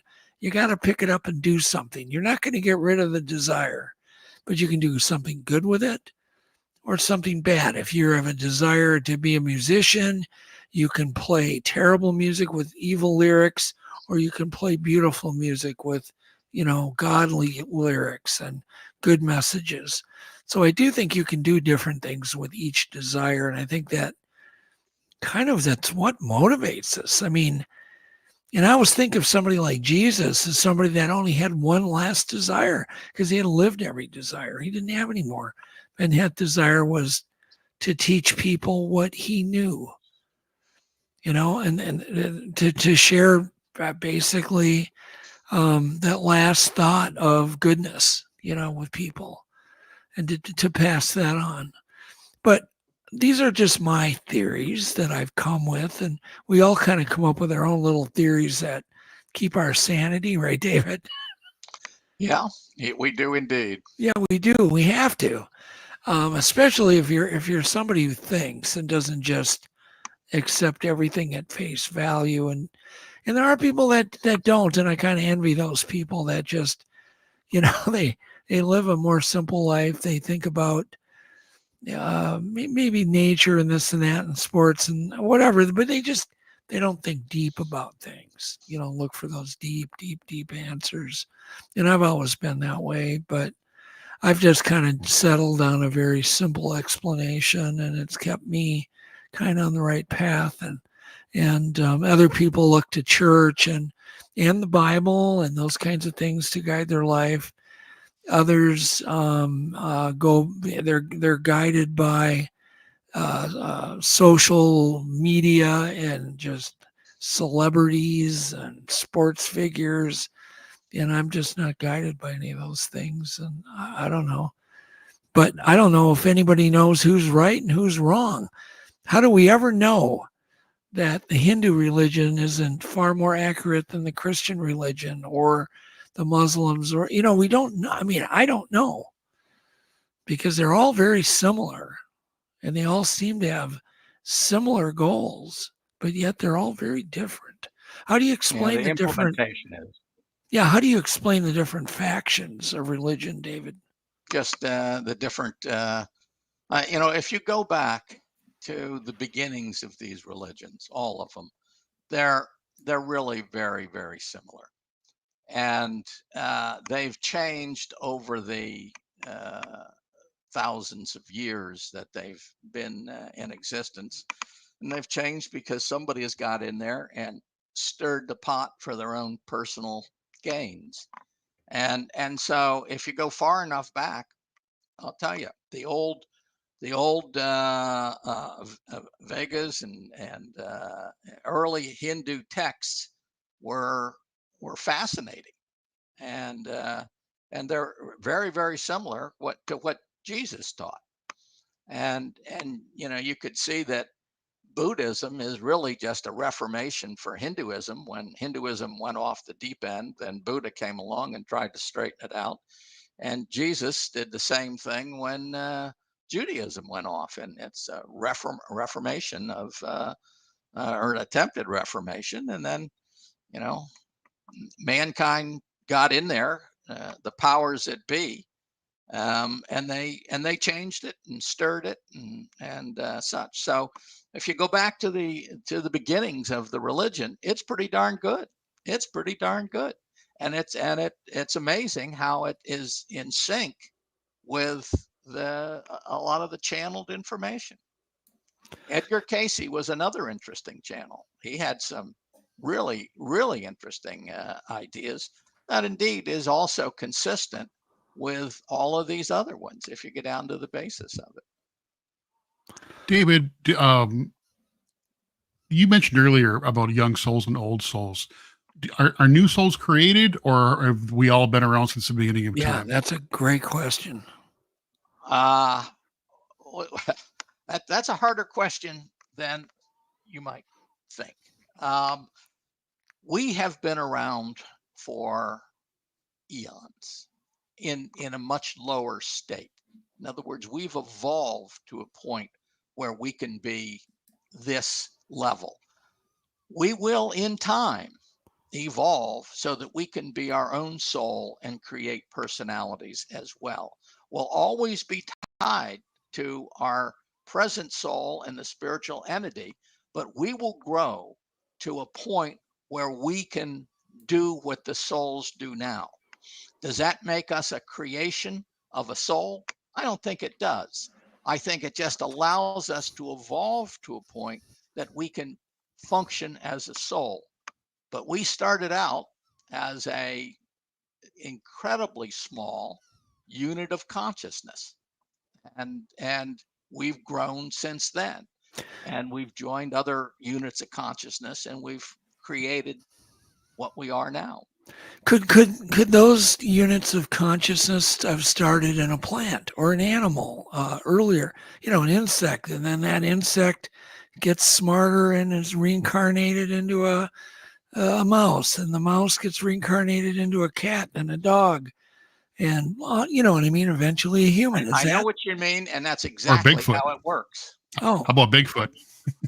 Bigfoot may well be real. I'm not telling you it's not, but Bigfoot probably is doing what Bigfoot does. I don't know, Yeti and so on and so forth.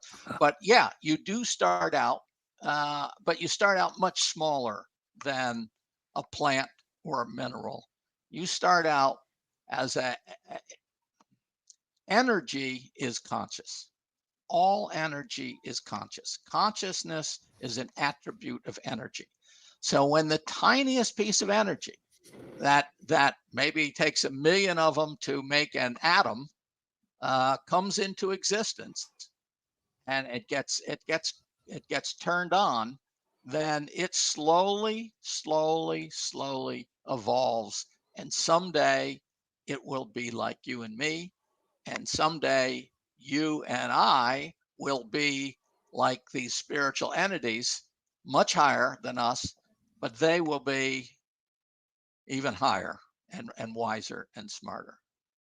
So am I understanding what you mean is whatever our soul starts out as, that we all essentially started at the same time and we just kind of grow at different rates? Is that kind of what you mean? No, we start at different times. Different times. So energy there are is different forever. forever coming into existence. Energy can be created.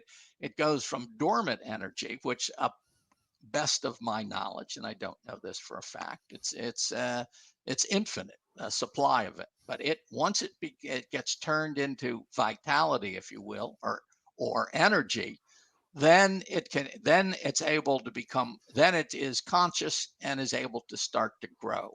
So that didn't all start at the same time, and it hasn't stopped yet. So there is more energy coming in to the universe. Well, the into the Tao. I don't know if you know about the universe, but I'm sure it's a universe as well. But it's being created. The energy is continuously being created, and all energy is evolving, and it evolves through different stages. One way it can evolve is through the mineral, the plant, the lower level animal, the higher level animal, humans, and on upward.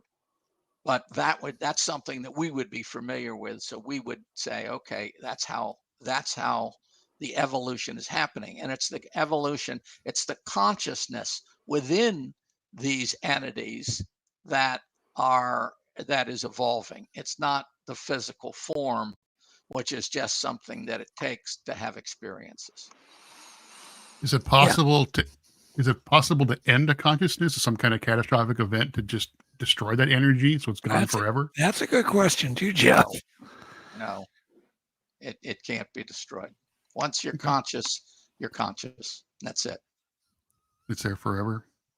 It's there forever. That's something people don't think about. Yeah, who knows?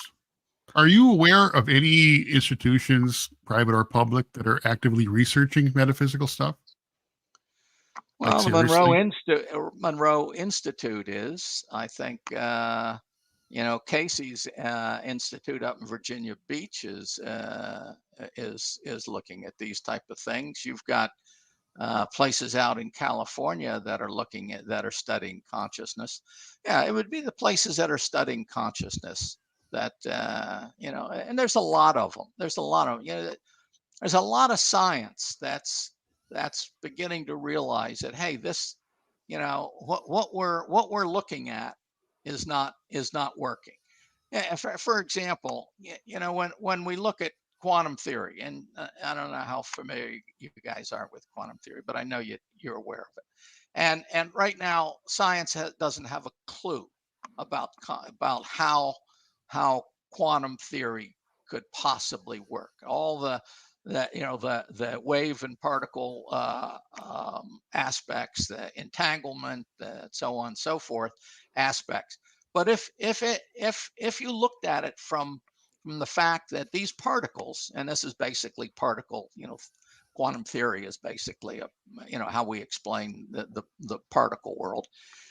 If you looked at it from consciousness, and if they were conscious, it wouldn't be nearly as strange as it is if you look at it from a physical perspective.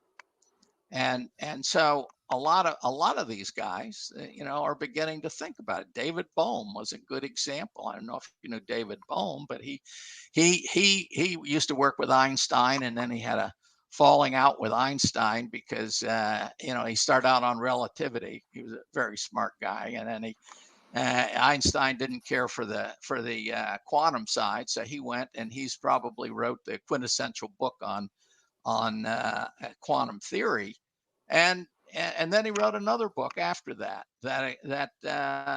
was his. It was his attempt to understand how maybe this all worked. And it was a lot closer to this type of thing than anything else. He died about 20 years ago, I'm thinking. Pretty interesting. Do you think that our physical world that we see is kind of generated as we see it, or do you think it exists? Do you believe it kind of in the Matrix theory a bit? Yeah, I've seen some evidence. I've seen evidence of that, and that is in mistakes that, you know, you drop something, you see it go through the floor. Like, what? That wasn't supposed to happen. And you never find it again. Or you see history repeat itself within just minutes of itself. You know, we saw a family one time walk through or come out the elevator, walked past us, and then we got in the elevator, went down the elevator, and there's a family now, the same people coming towards the front door of the hotel. Like, was there some kind of time glitch? So is everything that's here physical, or is it just kind of made up just so we have something to interact? And what's your opinion? We live in an illusion. Okay. But that doesn't mean it's not real. It's just an illusion. It isn't. So what do you need for an illusion? You need energy in a certain configuration and a certain way to sense it, right? So we have our 5 senses. And so the energy is in a certain configuration and we're able to sense it. And that makes for an illusion. And so that's what we're in. And that's why we have to have a body. That's why we have to have an ego that's focused on the physical field. Because if our soul came down here and said, okay, let me go experience this physical field, the soul would see right through it. The soul couldn't have the experiences because its inner senses would see this energy, but it'd see all the other energy around. It would see everything else. It couldn't have the experience. So in order to have these unique experiences that we do, we have to be able to see this illusion. So we are in an illusion, but it exists as long as you know, because the energy is there. In other words, the energy on this computer in front of me is actually there, and it's in that shape. Well, there's a lot of other energy around too. I can't see it, and I can't see it because my senses aren't attuned to it. So it's it's just it's a reality, and once you have these things, then you know, an illusion's a funny place, and a lot of things can happen. Does this energy ever screw up? Is one question. Have you ever witnessed it screwed up? Have you ever studied a big screw up, a glitch, whatever you want to call it? I have not personally identified a glitch. I'd be amazed if it didn't happen. Probably happens all the time, and we're probably just not sensitive to it. Yeah. I've noticed a few of them, and man, they're big. I mean, to where you're with other people and you just know you went through some kind of time glitch, something. It's probably was just a simple time glitch, which is one of the questions. How does time affect all of this? Do you have any theories on that? Yeah, time as an absolute doesn't exist. Duration exists, but time as an absolute doesn't. This gets off into another subject, and let's talk about space. Because we think we live in a space-time continuum, or at least that's what science tells us. I will tell us that we live in a consciousness continuum, but let's go back to our space-time continuum. Space is a fabric. Space is something that's kind of odd, and space slows things down. So we're in this bubble and this illusion that we are in. Space is part of the illusion, and space slows up, for example, light. So we think light travels at 186,000 miles per second in space, in a vacuum of space. Well, space isn't a vacuum. Space is just a set of energy that slows down light. And it's the slowing down that makes time appear to exist. So if, and then of course you look at light in water and light in glass, and you can see that it's slowed even more and slowed differently. And that's where you get your prisms, because the different frequencies are slowed differently. While space is a is an unusual fabric that we happen to be in. So it's the slowing down of things that makes time apparent. If you look at your watch isn't measuring anything. It doesn't sense anything. It's set up for a predefined duration, and it just keeps going around and going around. And we just set it up to the spin of the Earth and the rotation of the Earth around the sun. So we set up our days and hours and so on and so forth for that. But that's a man-made creation. There's nothing absolute about it. And then if you go and you see what Einstein says, and it says Einstein says, well, if you could move at the speed of light, time would disappear. Time would go to zero. And that's been pretty much shown in experiments that's and then of course science say, well, you can't do that because it would require an infinite force. Well, yes, if you're in space, in the fabric of space, but if you were outside of space, it wouldn't take an infinite force. It would just happen.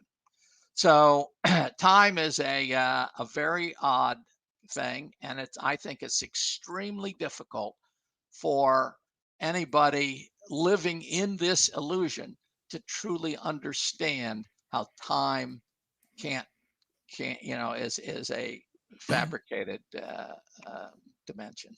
Is time sucked into a black hole? I don't know the nature of the black holes well enough to tell you what would happen. I will tell you that when two black holes, and they have found this, two black holes came together, and they caused such a stress on space that it actually warped space, and you could see the LIGO, the laser group, I think they're out in California, was able to detect warped vibrations in the fabric of space, which is kind of amazing. But and then if you look at what Einstein says. Einstein says, a planet warps space, right? And so the satellite, the moon, if you will, goes around a planet, and what it's doing, it's going in a straight line, but it's space that's warped. Well, space can't be nothing if you've warped it. It has to be something. And therefore, what it is, it's a fabric. Space is a fabric that's transparent.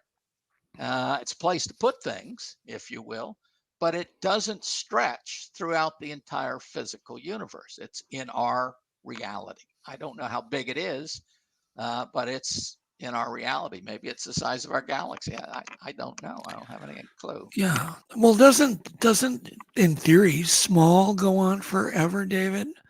And then large goes on forever, or upwards and outwards goes on forever. But how in the world can small go on forever? I don't think it does. I don't think it does. I think it gets real small, and I think the smallest is a consciousness unit that comes into existence with the smallest piece of energy. So I don't think small goes on forever. Big, maybe.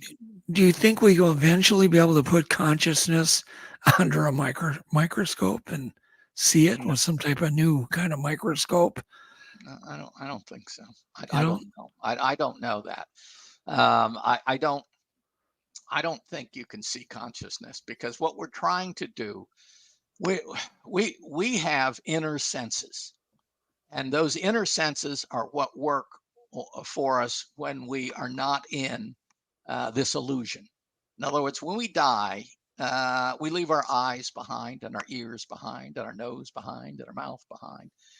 But we take our consciousness with us, and that consciousness, and when you're in the astral plane and all the other places, you can see, you can hear, you have all your senses, but they're your inner senses, and they're very different.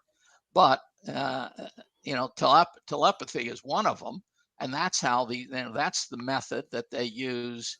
These channels and mediums and such will use to interface with other entities that are outside of our physical plane. It's not their physical senses that they're using. They're using their inner sense. And so, for sure, you believe in telepathy. And do you believe we're all capable of it? I do. Yeah. Okay. Yeah. I think some people are much more sensitive to it. It's interesting. My daughter, when my wife died about 7 years ago, when my daughter, who is kind of psychic, but she's a chief of medicine, so she's in the medical field. She ended up going to a medium with my other daughter to talk to my wife, and who after about 3 or 4 months after she died. And it was they went about a week before I did to this medium, and they came back and they said, Dad, it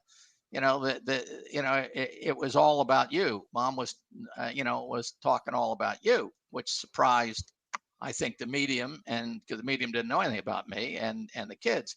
And the kids said, this is what she said. And she said things that my kids had no clue about. I mean, if you're married to somebody or very close to somebody for 50 years, there are things that you have between the two of you that nobody else knows about. And it's, in all honesty, it's just nobody else's business. And when all of a sudden somebody comes back and they start telling you things that they don't know about, but they're just quoting what came back, what the source of that was. That was coming from the deceased person. So it's anyway. She ended up going back, and this medium said, I can teach you how to do automatic writing. Do you guys? I assume you're familiar with automatic writing. When you just basically turn, you shut yourself down and you let a spiritual entity take over, your hand, and you write. And so my 2 daughters, and I believe it was like 4 other women, went to this session. And my one daughter, who knew my wife, something was going to happen to my wife that year. She knew it before the year. She didn't say anything until afterwards. But she was the only one that was able to do automatic writing. And she's able to, and the only one she can do it with is her mother. That's the only one she's tied to. But she can go in and get herself to in a situation where she can get information out of my wife. And one time, I was having a heck of a time trying to find a leak in the roof, and I couldn't find it to save my life. I'm on that roof, and and I can't find it. So I said to my daughter, I said, would you please go back and ask your mother where the hell's the leak is? And she says, all right, Dad. So she comes back and she says, it's above the wet bar, that between the chimney and the air conditioner. So up I go, and sure enough, there's a crack, a very fine crack that I had never noticed before, in right where she said it was. I mean, it's hard to refute, really.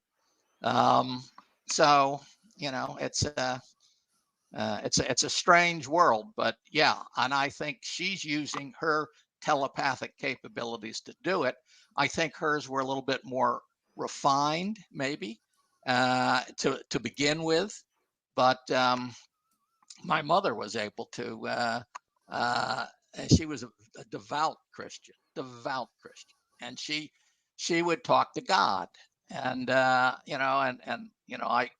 poo-pooed it because my view of that was not strong. And then so finally I went, when she was on her about a year before, she was in like 93, and she was the year before she died, and I had written this, The Endless Journey, and I went to her and I said, here's my book. And of course, my book went against all the principles of Christianity, or at least she felt that it did.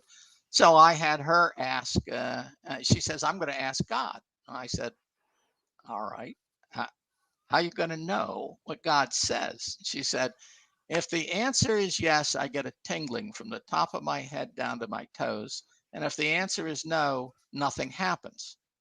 I said, oh, all right. So I said, but I get to propose the questions. You ask them, but I'll tell you which questions I want to ask. So I started, is my book right? And the answer was yes. Well, this absolutely shocked her. She couldn't believe she got a yes. And then she kept going, and we did thing after thing after thing. And the only no that I got that day, when she asked questions, she says, is Jesus more important than David thinks? The answer was yes. Now that took me by surprise because I thought Jesus was pretty important.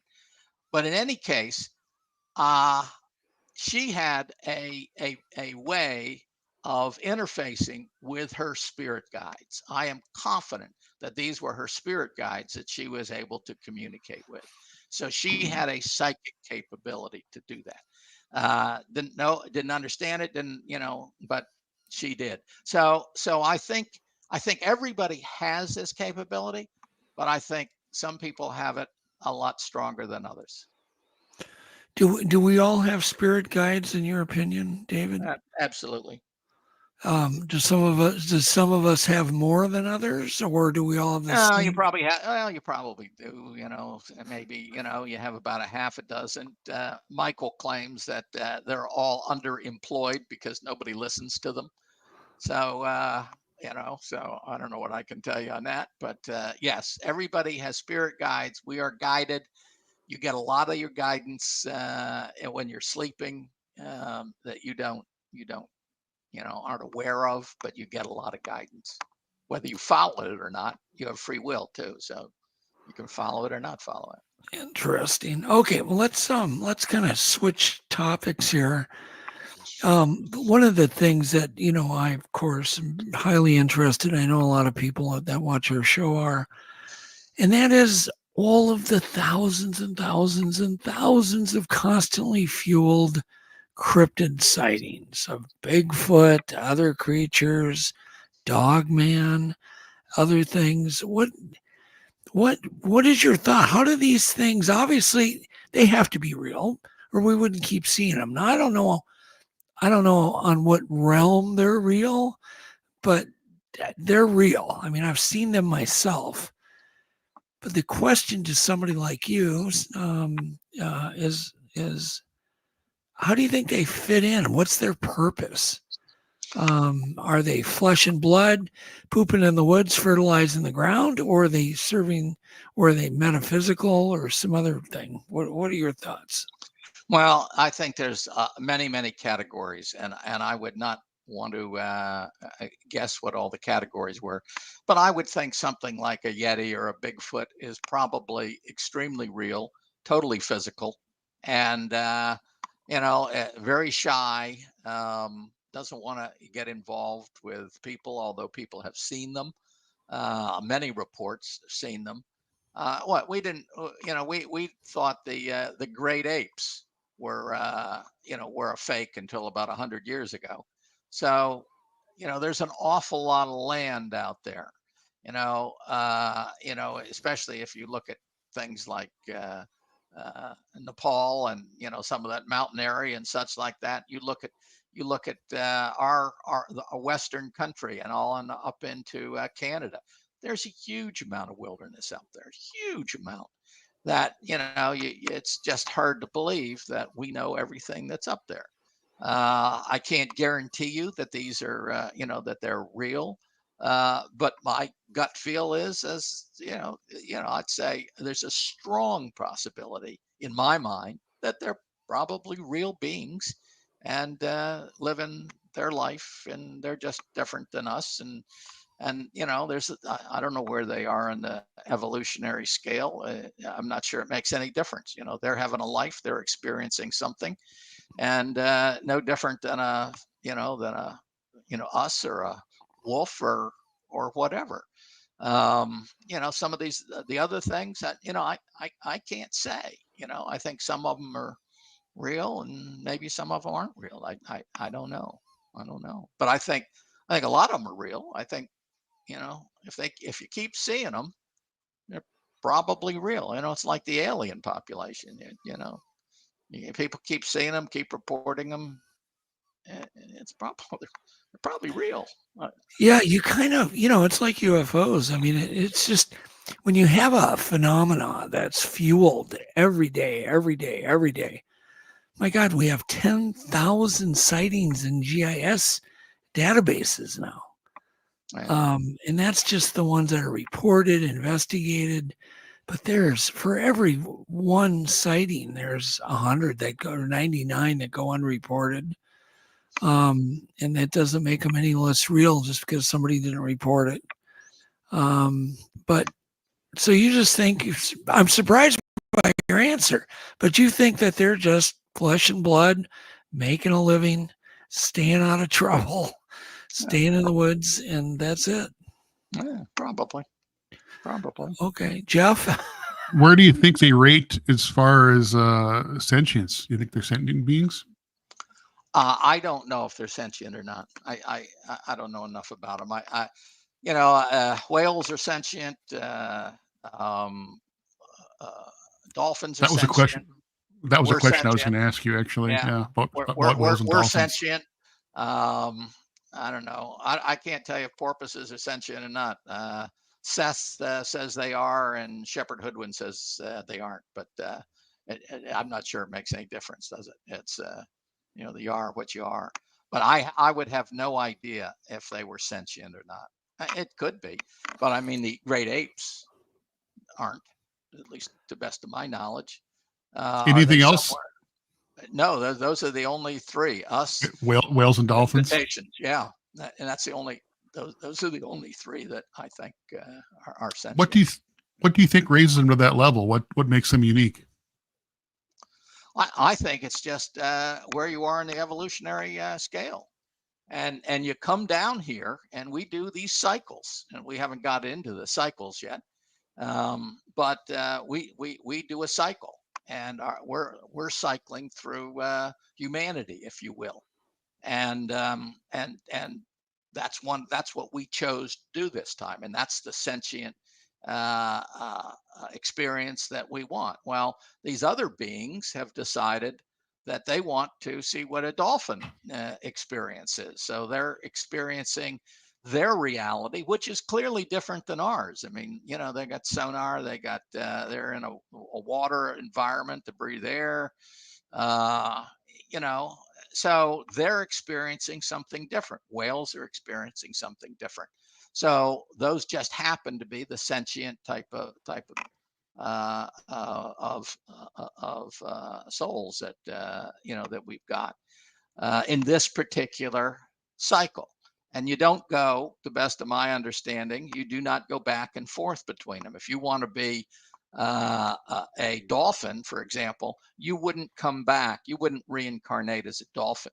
You'd complete this entire grand cycle through all of the different fields of creation, end up going back into the psychological realm, which is not an illusion. And you would go back there, and then you would make a decision that you would want to be and experience what it was like to be a dolphin or a whale, and then you would do a series through that.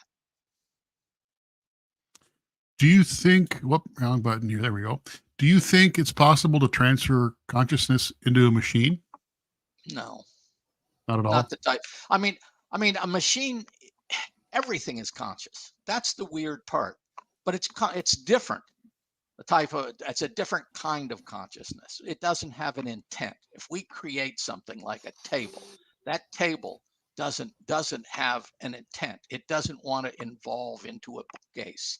Your Volvo doesn't want to evolve into a Ferrari, if you will. Mine does. Well, I hope it succeeds. But you end up, you can't take a human consciousness, which is so far superior to anything that would ever be in a machine, and it would never be happy. It would never be able to grow and evolve in some kind of machine, no matter how evolved the machine was. We are so much more advanced than anything that we could ever put out. This AI stuff is just baby steps compared to the processing and capability inside a human being. Matter of fact, I'd say it's baby stuff compared to a dog. Do you think AI could ever achieve true sentience? No. No. No. No. I think we're a ways away, at least. Yeah. Yeah, but, no question. But isn't that the concern of AI, that it'll get some type of out of control feeling of being a sentient being, and then it starts getting its own opinion of us and maybe turns against humans? Wow. I mean, even though it may be artificial. That's what people think, but it's it's whatever you put into it is what you get out of it, Yeah. and garbage in, garbage out. And the real fear that I would have is that we start believing what we put in, and we are not perfect individuals, and we never will be. And so we're going to program these things, and so we're going to get an answer out of it, and somebody's going to say, that's artificial intelligence. That must be the right answer. And it won't be the right answer. And it'll be something serious. Like, let's put artificial intelligence in charge of pushing the nuclear button, right? And we think that we've done this wonderful job and such, but we screw up the input and we're going to screw up the output. So artificial intelligence is never going to match human intelligence. It's not going to happen, but it could still cause a whole bunch of problems. Yeah. Does artificial intelligence scare you at all, David? No, not at all. Not at all? Not at all. Okay. A parallel processing. We had parallel processing 60 or 30 years ago when I was in the government. We'll screw something up, believe me, along the line, but we screw things up all the time. I mean, who's kidding who? Let's just hope it's not too big a mess. But even what could happen? I'll tell you the biggest thing that could happen is that we could destroy life on this planet for certainly humans and maybe a lot more than humans. So what would happen to the human population? We would simply just incarnate on another planet, probably as not, and we're not talking an individual. We're talking probably all of humanity would just pick up and go somewhere else. We could screw it up, but we're not dying. We're not gonna, we might lose, our particular life that we were living, but our soul will be fine. Our personality, our consciousness will be fine. And then we'll just have to go and we'll be working with, higher intelligent beings, and they'll say, okay, let's, that didn't work very well. The amazing thing about us, we as a culture, as a human race, are the best I can tell, unique or highly rare in the fact that we have been given the capability to destroy ourselves. We have been given the free will to do that. We hope we don't, but we could. There are other civilizations out there that look a lot like us that have their aggression capped. So if they get to a certain point, then all of a sudden they stop being more aggressive. We are not like that. So if indeed we go destroy this civilization and this planet, the Tau will learn something. We will learn something, because what we're trying to do and what the Tau is trying to do is it's got an awful lot of consciousness that it's trying to evolve and raise, and it's trying to figure out what the best way to do it is. And so we are one of the more radical experimental civilizations that allows us to go as far as we want, and hopefully we won't go too far. I think that's why some of these entities up there in the causal field are trying to help us and trying to guide us to get through this, but we have that capability. But we're not going to disappear. Our consciousness isn't going anywhere. We're just going to learn a big lesson, and everybody's going to learn a lesson, and then we'll go on from there.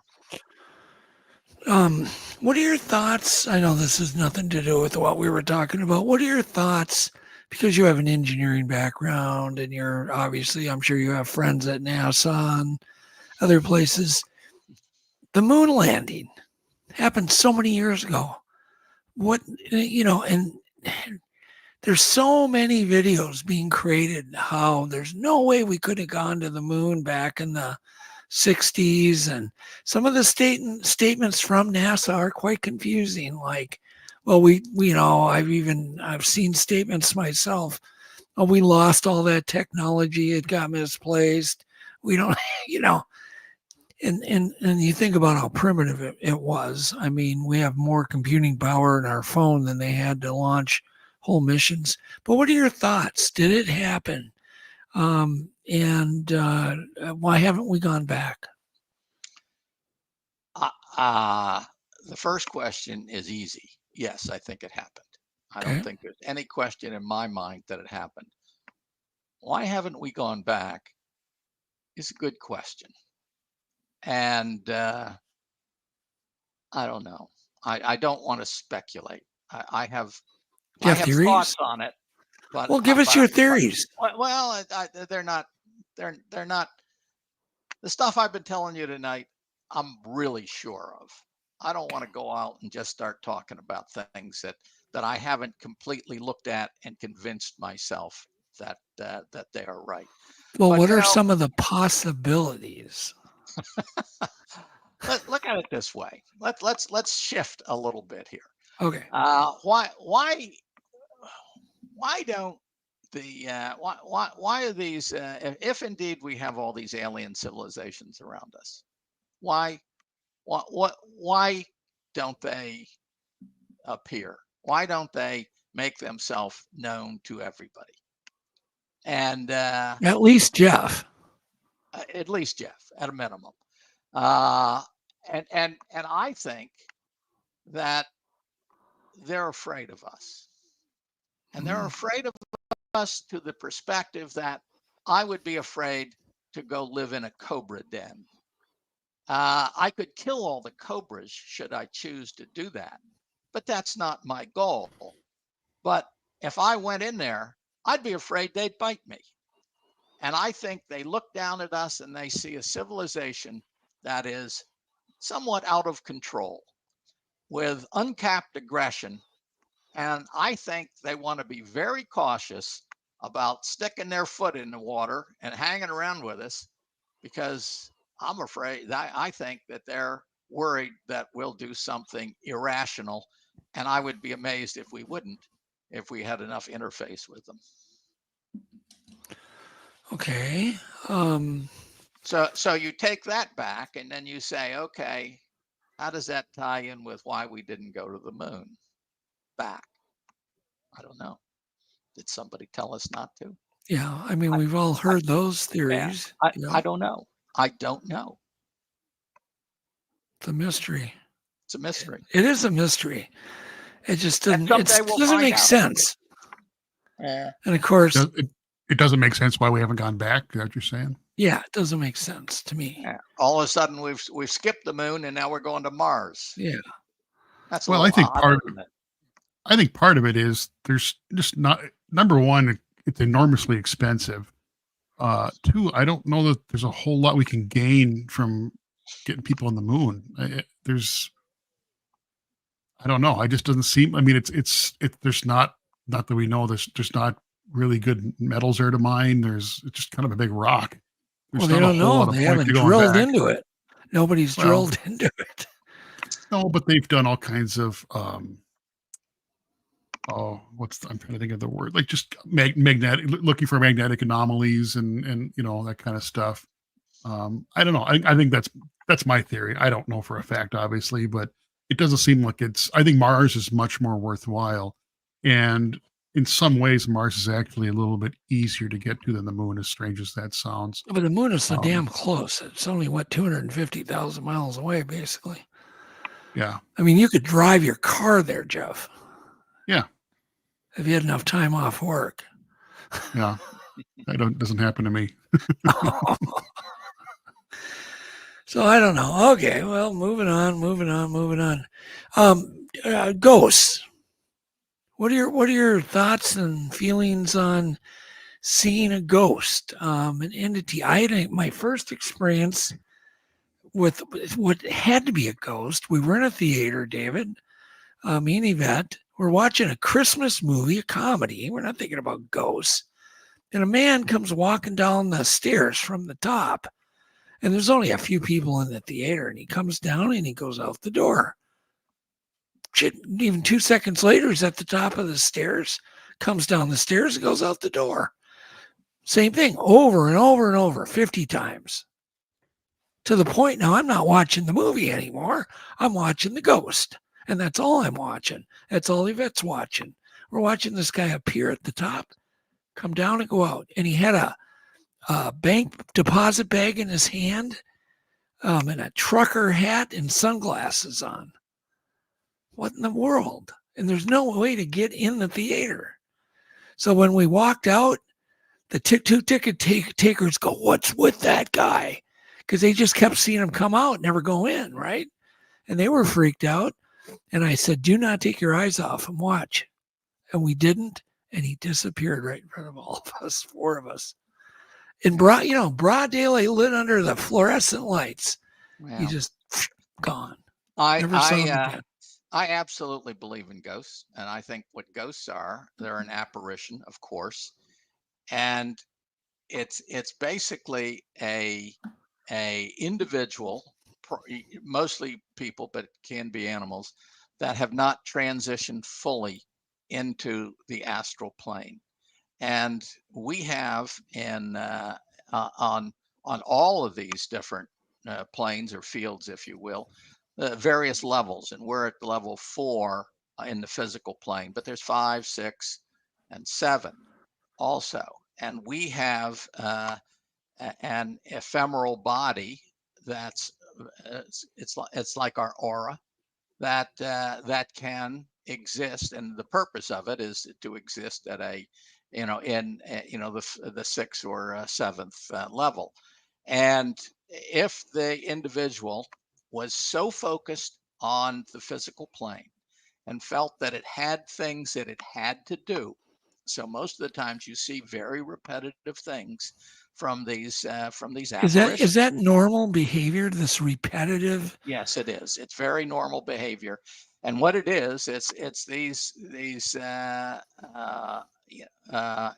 apparitions that get stuck, and most of them, most of their consciousness has moved on to the astral plane, but some of their consciousness has not, because consciousness can divide and split.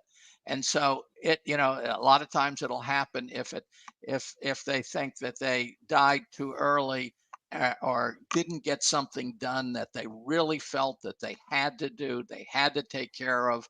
They had to take care of a person. They had to take care of something else, and they weren't able to finish that, and they can't get their focus away from the physical field completely, and so part of it is left. And you see, it was like, okay, he had that bank deposit bag, which it was from Norwest Bank, and they had been out of business 30 years. And I remember because I used to take that same bag and do my deposits in this bank deposit bag from a business that I ran. And and so I thought, God, this guy's just stuck in a loop. Yeah. It's like he maybe got killed on the way to the bank, or probably. Yeah, it's just, I don't know. Probably. I'm an absolute believer in them. They don't stay that way forever. They stay that way for a while. The spiritual world will try to get you back, get you out of it. But again, time doesn't exist on the astral plane except in the relationship. Well, what would have happened had I had struck the guy or tried to trip him? or done walk right something through you. physical. He'd What have would walked right through you. He wouldn't have bothered you. Mm. He just go about his business. Yeah, I kind of regret not, standing upright in front of him and seeing what he did. Yeah. And he had a smirk on his face too. It was the weirdest thing. He had aviator sunglasses on and a smirk on his face. Yeah, I don't know. It was really weird. And, it's like, gosh, yeah, I would see stuff like that when you least expect it. It's a Christmas movie of comedy. And we're seeing this, and the whole darn, all the people in there all saw this guy just appear at the top and just kept doing it over and over. It was at the White Bear movie theater. I remember that. That was pretty weird. Anyhow. Yeah. So, okay. So they're real, but do you think that ghost knew what he was doing? Like he's thinking like, I'm going to do this over and over? Or do you think it's just a residual, like a wine stain? I don't know. I can't tell you that. I think a part of his consciousness said, I got to do this. I got to do this. I got to do this.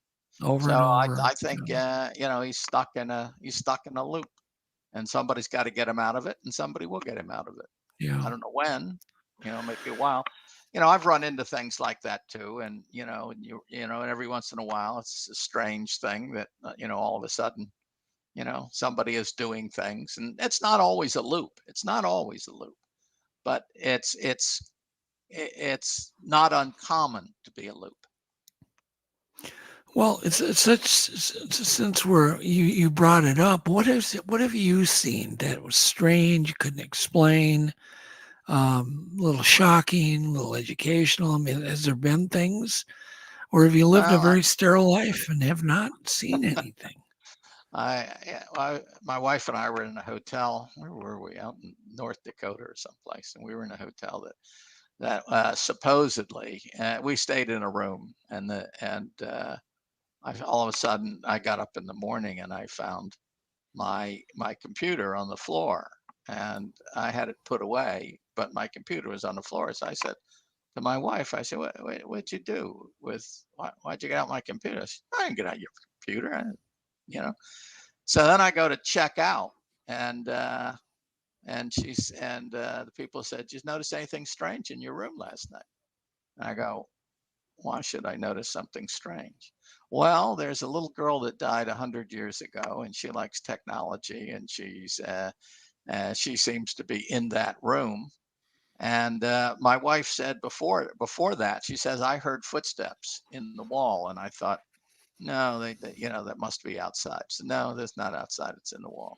So there's things like that you're pretty sure that probably, and then one of the big TV stations, I forget who it was, ABC or NBC or something, was going to come in 2 weeks later to do a story on that hotel because of all the incidences that they had. And we had a couple friends there, and they were in another room and saw nothing and heard nothing. So, but there's all kinds of stories in that hotel. Have you ever seen a UFO or? I haven't seen a UFO that I was convinced was a UFO. I mean, I've seen lights in the sky that I wondered, but nothing that I could say, yeah, that's like for sure. Yeah. Yeah.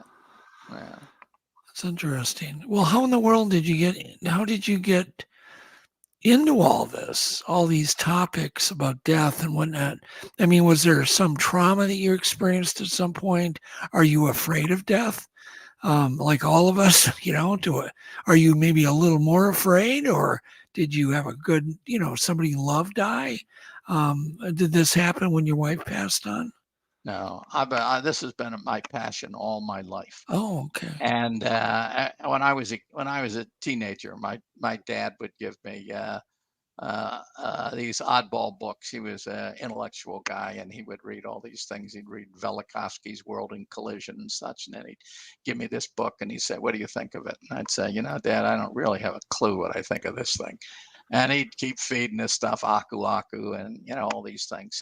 So he got me involved in thinking about it early, and exposed me to these things. And then, I had to make a living. So I went on and became an engineer and, did that. But all my life, I was focused on, I spent a lot of time traveling. I spent a lot of time in hotel rooms and airplanes and airports. And so I had time to, and that's what I would look at. And I would try to read and understand what was going on. I got to talk to the entity Michael, and I asked him. I said, what was the closest past life that the one that influenced this life the most? And he said, back in around 1500, you were a professor in a Budapest university. And it says your daughter was a math professor, which she can't believe because she hates math now. It says she was a math professor and you were teaching something in the neighborhood of, it's not a direct relationship, but it's like sociology and, and a couple of our, disciplines put together. And I knew at the time that what I was teaching wasn't right, but I didn't know what was right. So that I came back here because it was a period where we could find out what was right. And so I have been focused on that my whole life. It's really my, my challenge in life is to try to go figure out what's going on. And then that's why I wrote the books, The Endless Journey. And my latest book is Our Eternal Existence. And all the things that I'm telling you tonight, in bits and pieces here and there, are all explained in Our Eternal Existence. It explains the entire, the entire spectrum that we've been talking about, but it gives it to you in a way that you can understand it. It's very hard if you're not used to this type of stuff to just go and make head or tails out of it. But in Our Eternal Existence, it really does explain it in a much more rational and piece by piece way.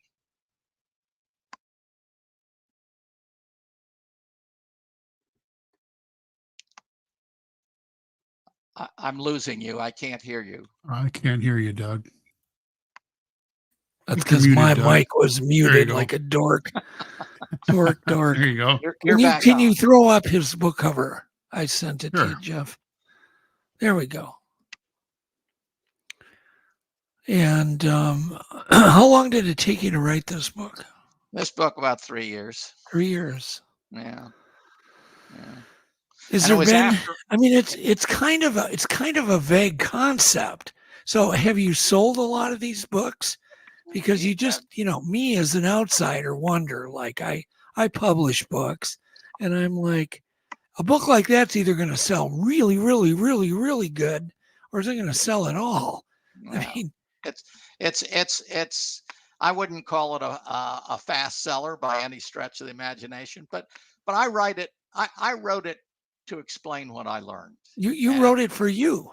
I wrote it for me. I wrote the first one for me. I wrote the second one for me. Yeah. And I, and I've put it out there. So, the people that are interested will find it, and it will help people immensely if they want to try to figure out what the heck's going on in life and why are they here and what's causing all their problems. We cause all our own problems due to all of our self-limiting perspectives that we don't recognize what we're doing.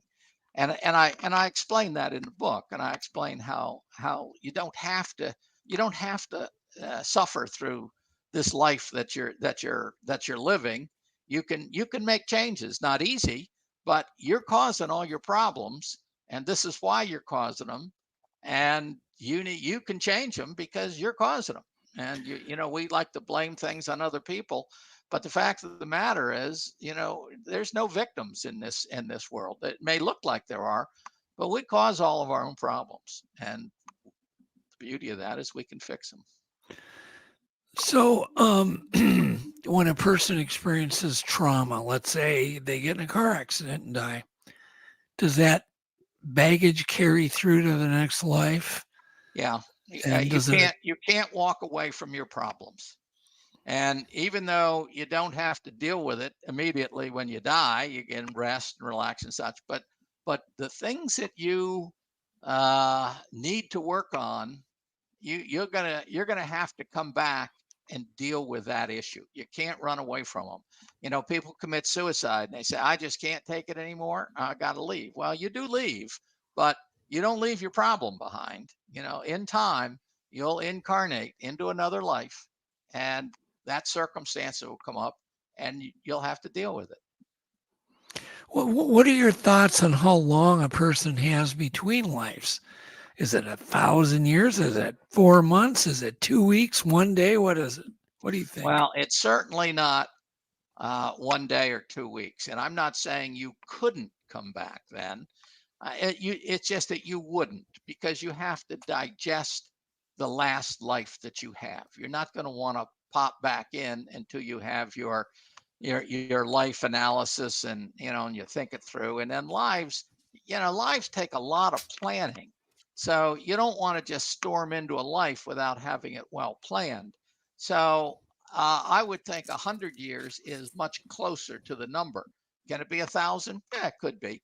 But, you know, if you're out of this world too long, then you have to go get readjusted when you come back in. So you don't want to be out too long. And at the same time, you don't want to come back too soon. You can come back 50 years, you probably, if you're really, you know, incentivized, but you might want to wait 100 years or, you know, something like that.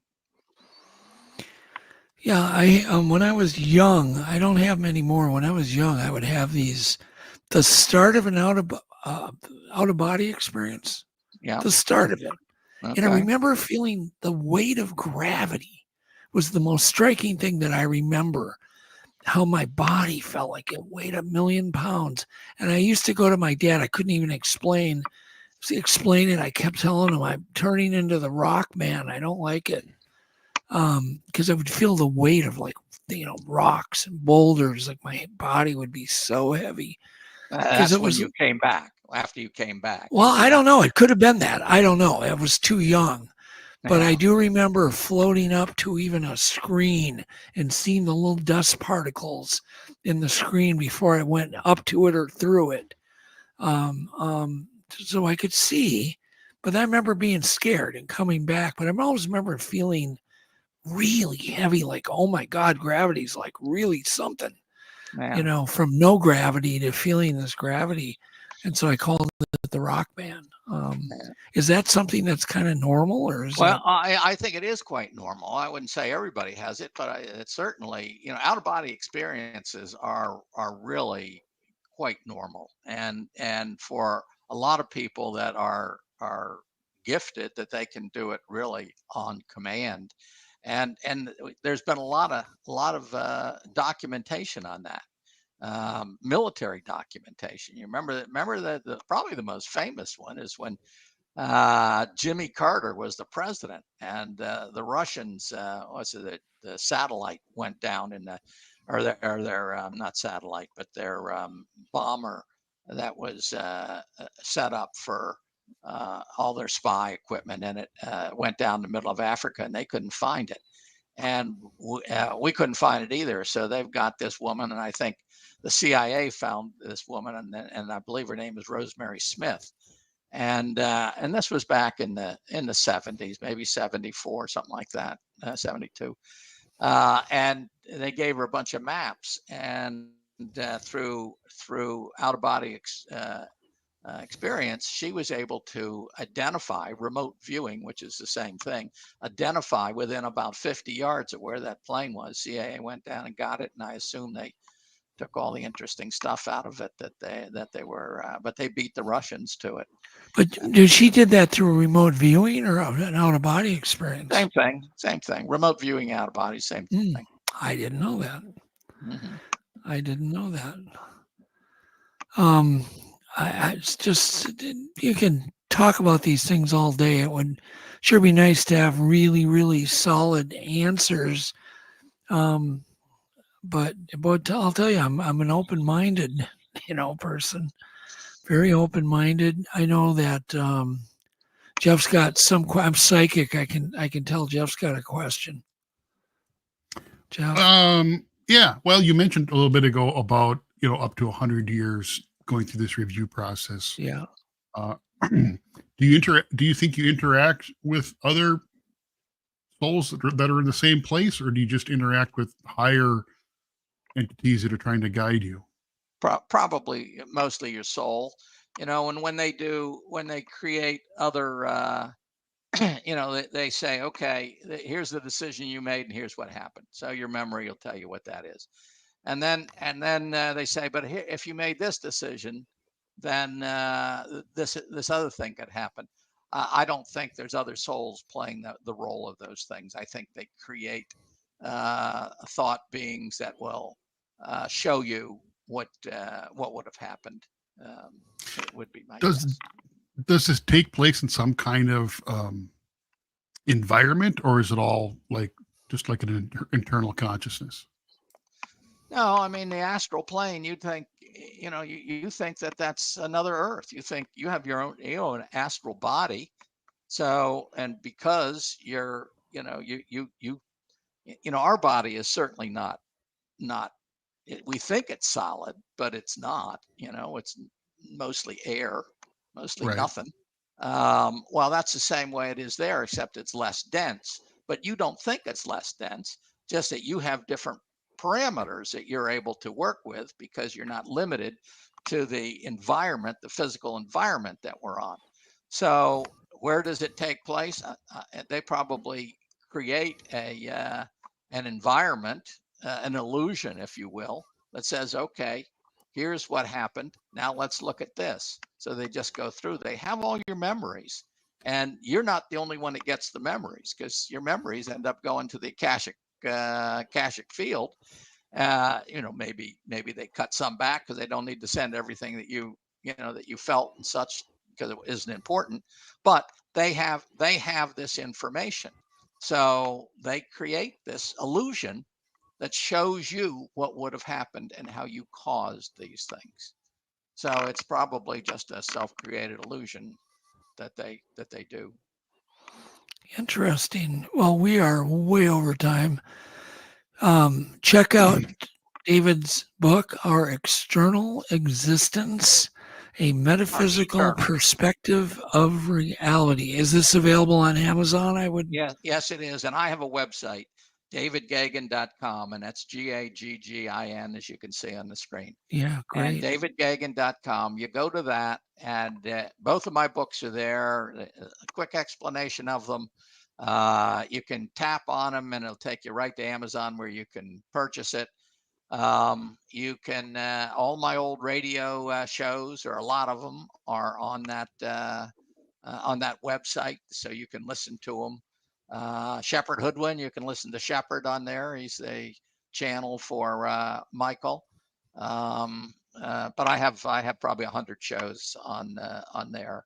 And then I have a metaphysical meetup group that's down here. I live on Sanibel, which is a little island off of Fort Myers. Ooh, one of my favorite places. Is it? Yeah. Okay. Oh, yeah. I used to winter there on Sanibel Island. Okay. Well, that's where I live. And I so you must shop at Jerry's Super Value. Absolutely. I shop at Jerry's. Yeah. I love it. Matter of fact, Jerry's about a mile from me, just right down the road. Yeah. But we keep getting hit with hurricanes over here, and we've had a couple. Well, you are lucky if you live in Sanibel Island. Yep, that's very true. So anyway, anybody can join this metaphysical meetup group. It's called the Sanibel Metaphysical Meetup Group. It's free. I pick up all the costs. And, if you're down in the area, just sign up, and then I'll, when we have meetings, I'll send out a notice, and you can come. Again, it's free, and it's not on the island. I go to the Lakes Regional Library, which is in Fort Myers, because that's where most of my members are. So anyway, yeah, that's the deal. So I would highly encourage you to, if you're interested in this type of stuff, there's a awful lot of information in the book. I talk about all the subjects that we talked about today, or almost all of them. I don't talk about Bigfoot and such. But if you're looking for metaphysical stuff, I talk about all of that. I lay it all out for you so that it's easy to understand, and it'll get you pointed in the right direction. I'm not trying to convince anybody of anything. You have to convince yourself. And that's our job for everything that we do. But I've put out this so that, you know, I can help you see the world differently. And your fear of death, I guarantee you, if you understand this stuff, it disappears completely. There's just no fear of death. Death is a big nothing. Dying can be painful, but death, you know, once you're gone, you're back to your happy place, and you know, all your problems aren't gone, but you know, you're at least in a comfortable resting place. This is a tough world. This is a very tough life, and after a while, you need a rest from it. And don't ever, you know, your soul knows when you need to leave. Don't ever make a decision and say, okay, I'm going to take this into my own hands and do a suicide. Everybody that I have talked to in the spiritual world that has committed suicide has been extremely sorry about it, because they haven't gotten rid of any of their problems. And what they've done is they've created a lot of karma for themselves, and it's just it's just a problem. But as far as death, don't worry about it. And these answers, they are available, but it requires a lot of work to understand them and convince yourself what's going on. Well, thank you so much. Sly Fox says death is a doorway, and I would imagine you would agree, David. Yeah. So yeah, go ahead and pick up his book. We will be back next week, episode 219, same place, same time. And remember, it is a true happiness to wonder about all the mysteries that surround us. So with that, thank you, Jeff. Thank you, David. Thank you, Alex. And we will see y'all next week. Good night. Okay. Good night, everybody. Good night. Good night, We do Doug. love Good you night, all. guys. I call you up in the middle of the night, been bothered by dreams, ain't feeling alright. You give me comfort, say just give it some time. By the end of our talk, I'm feeling just fine. You and I will always know where we belong. This ain't no ordinary love we got going on. I'll pick you up in my 59 Ford. We head on down the road until we get bored. Just you and me and the sun and the wind. If the rain should start falling, we'll head on home again. Everybody else can see where we belong. Oh, ain't no ordinary love we got going on. At the end of the world, together forever is one, and I'll wait. If ever you should be in doubt, and I'll pray they never can pull us apart, and I'll wait for the time when we'll be together every day. But I know if ever we'll be led astray, that I'll find my way back home to you again.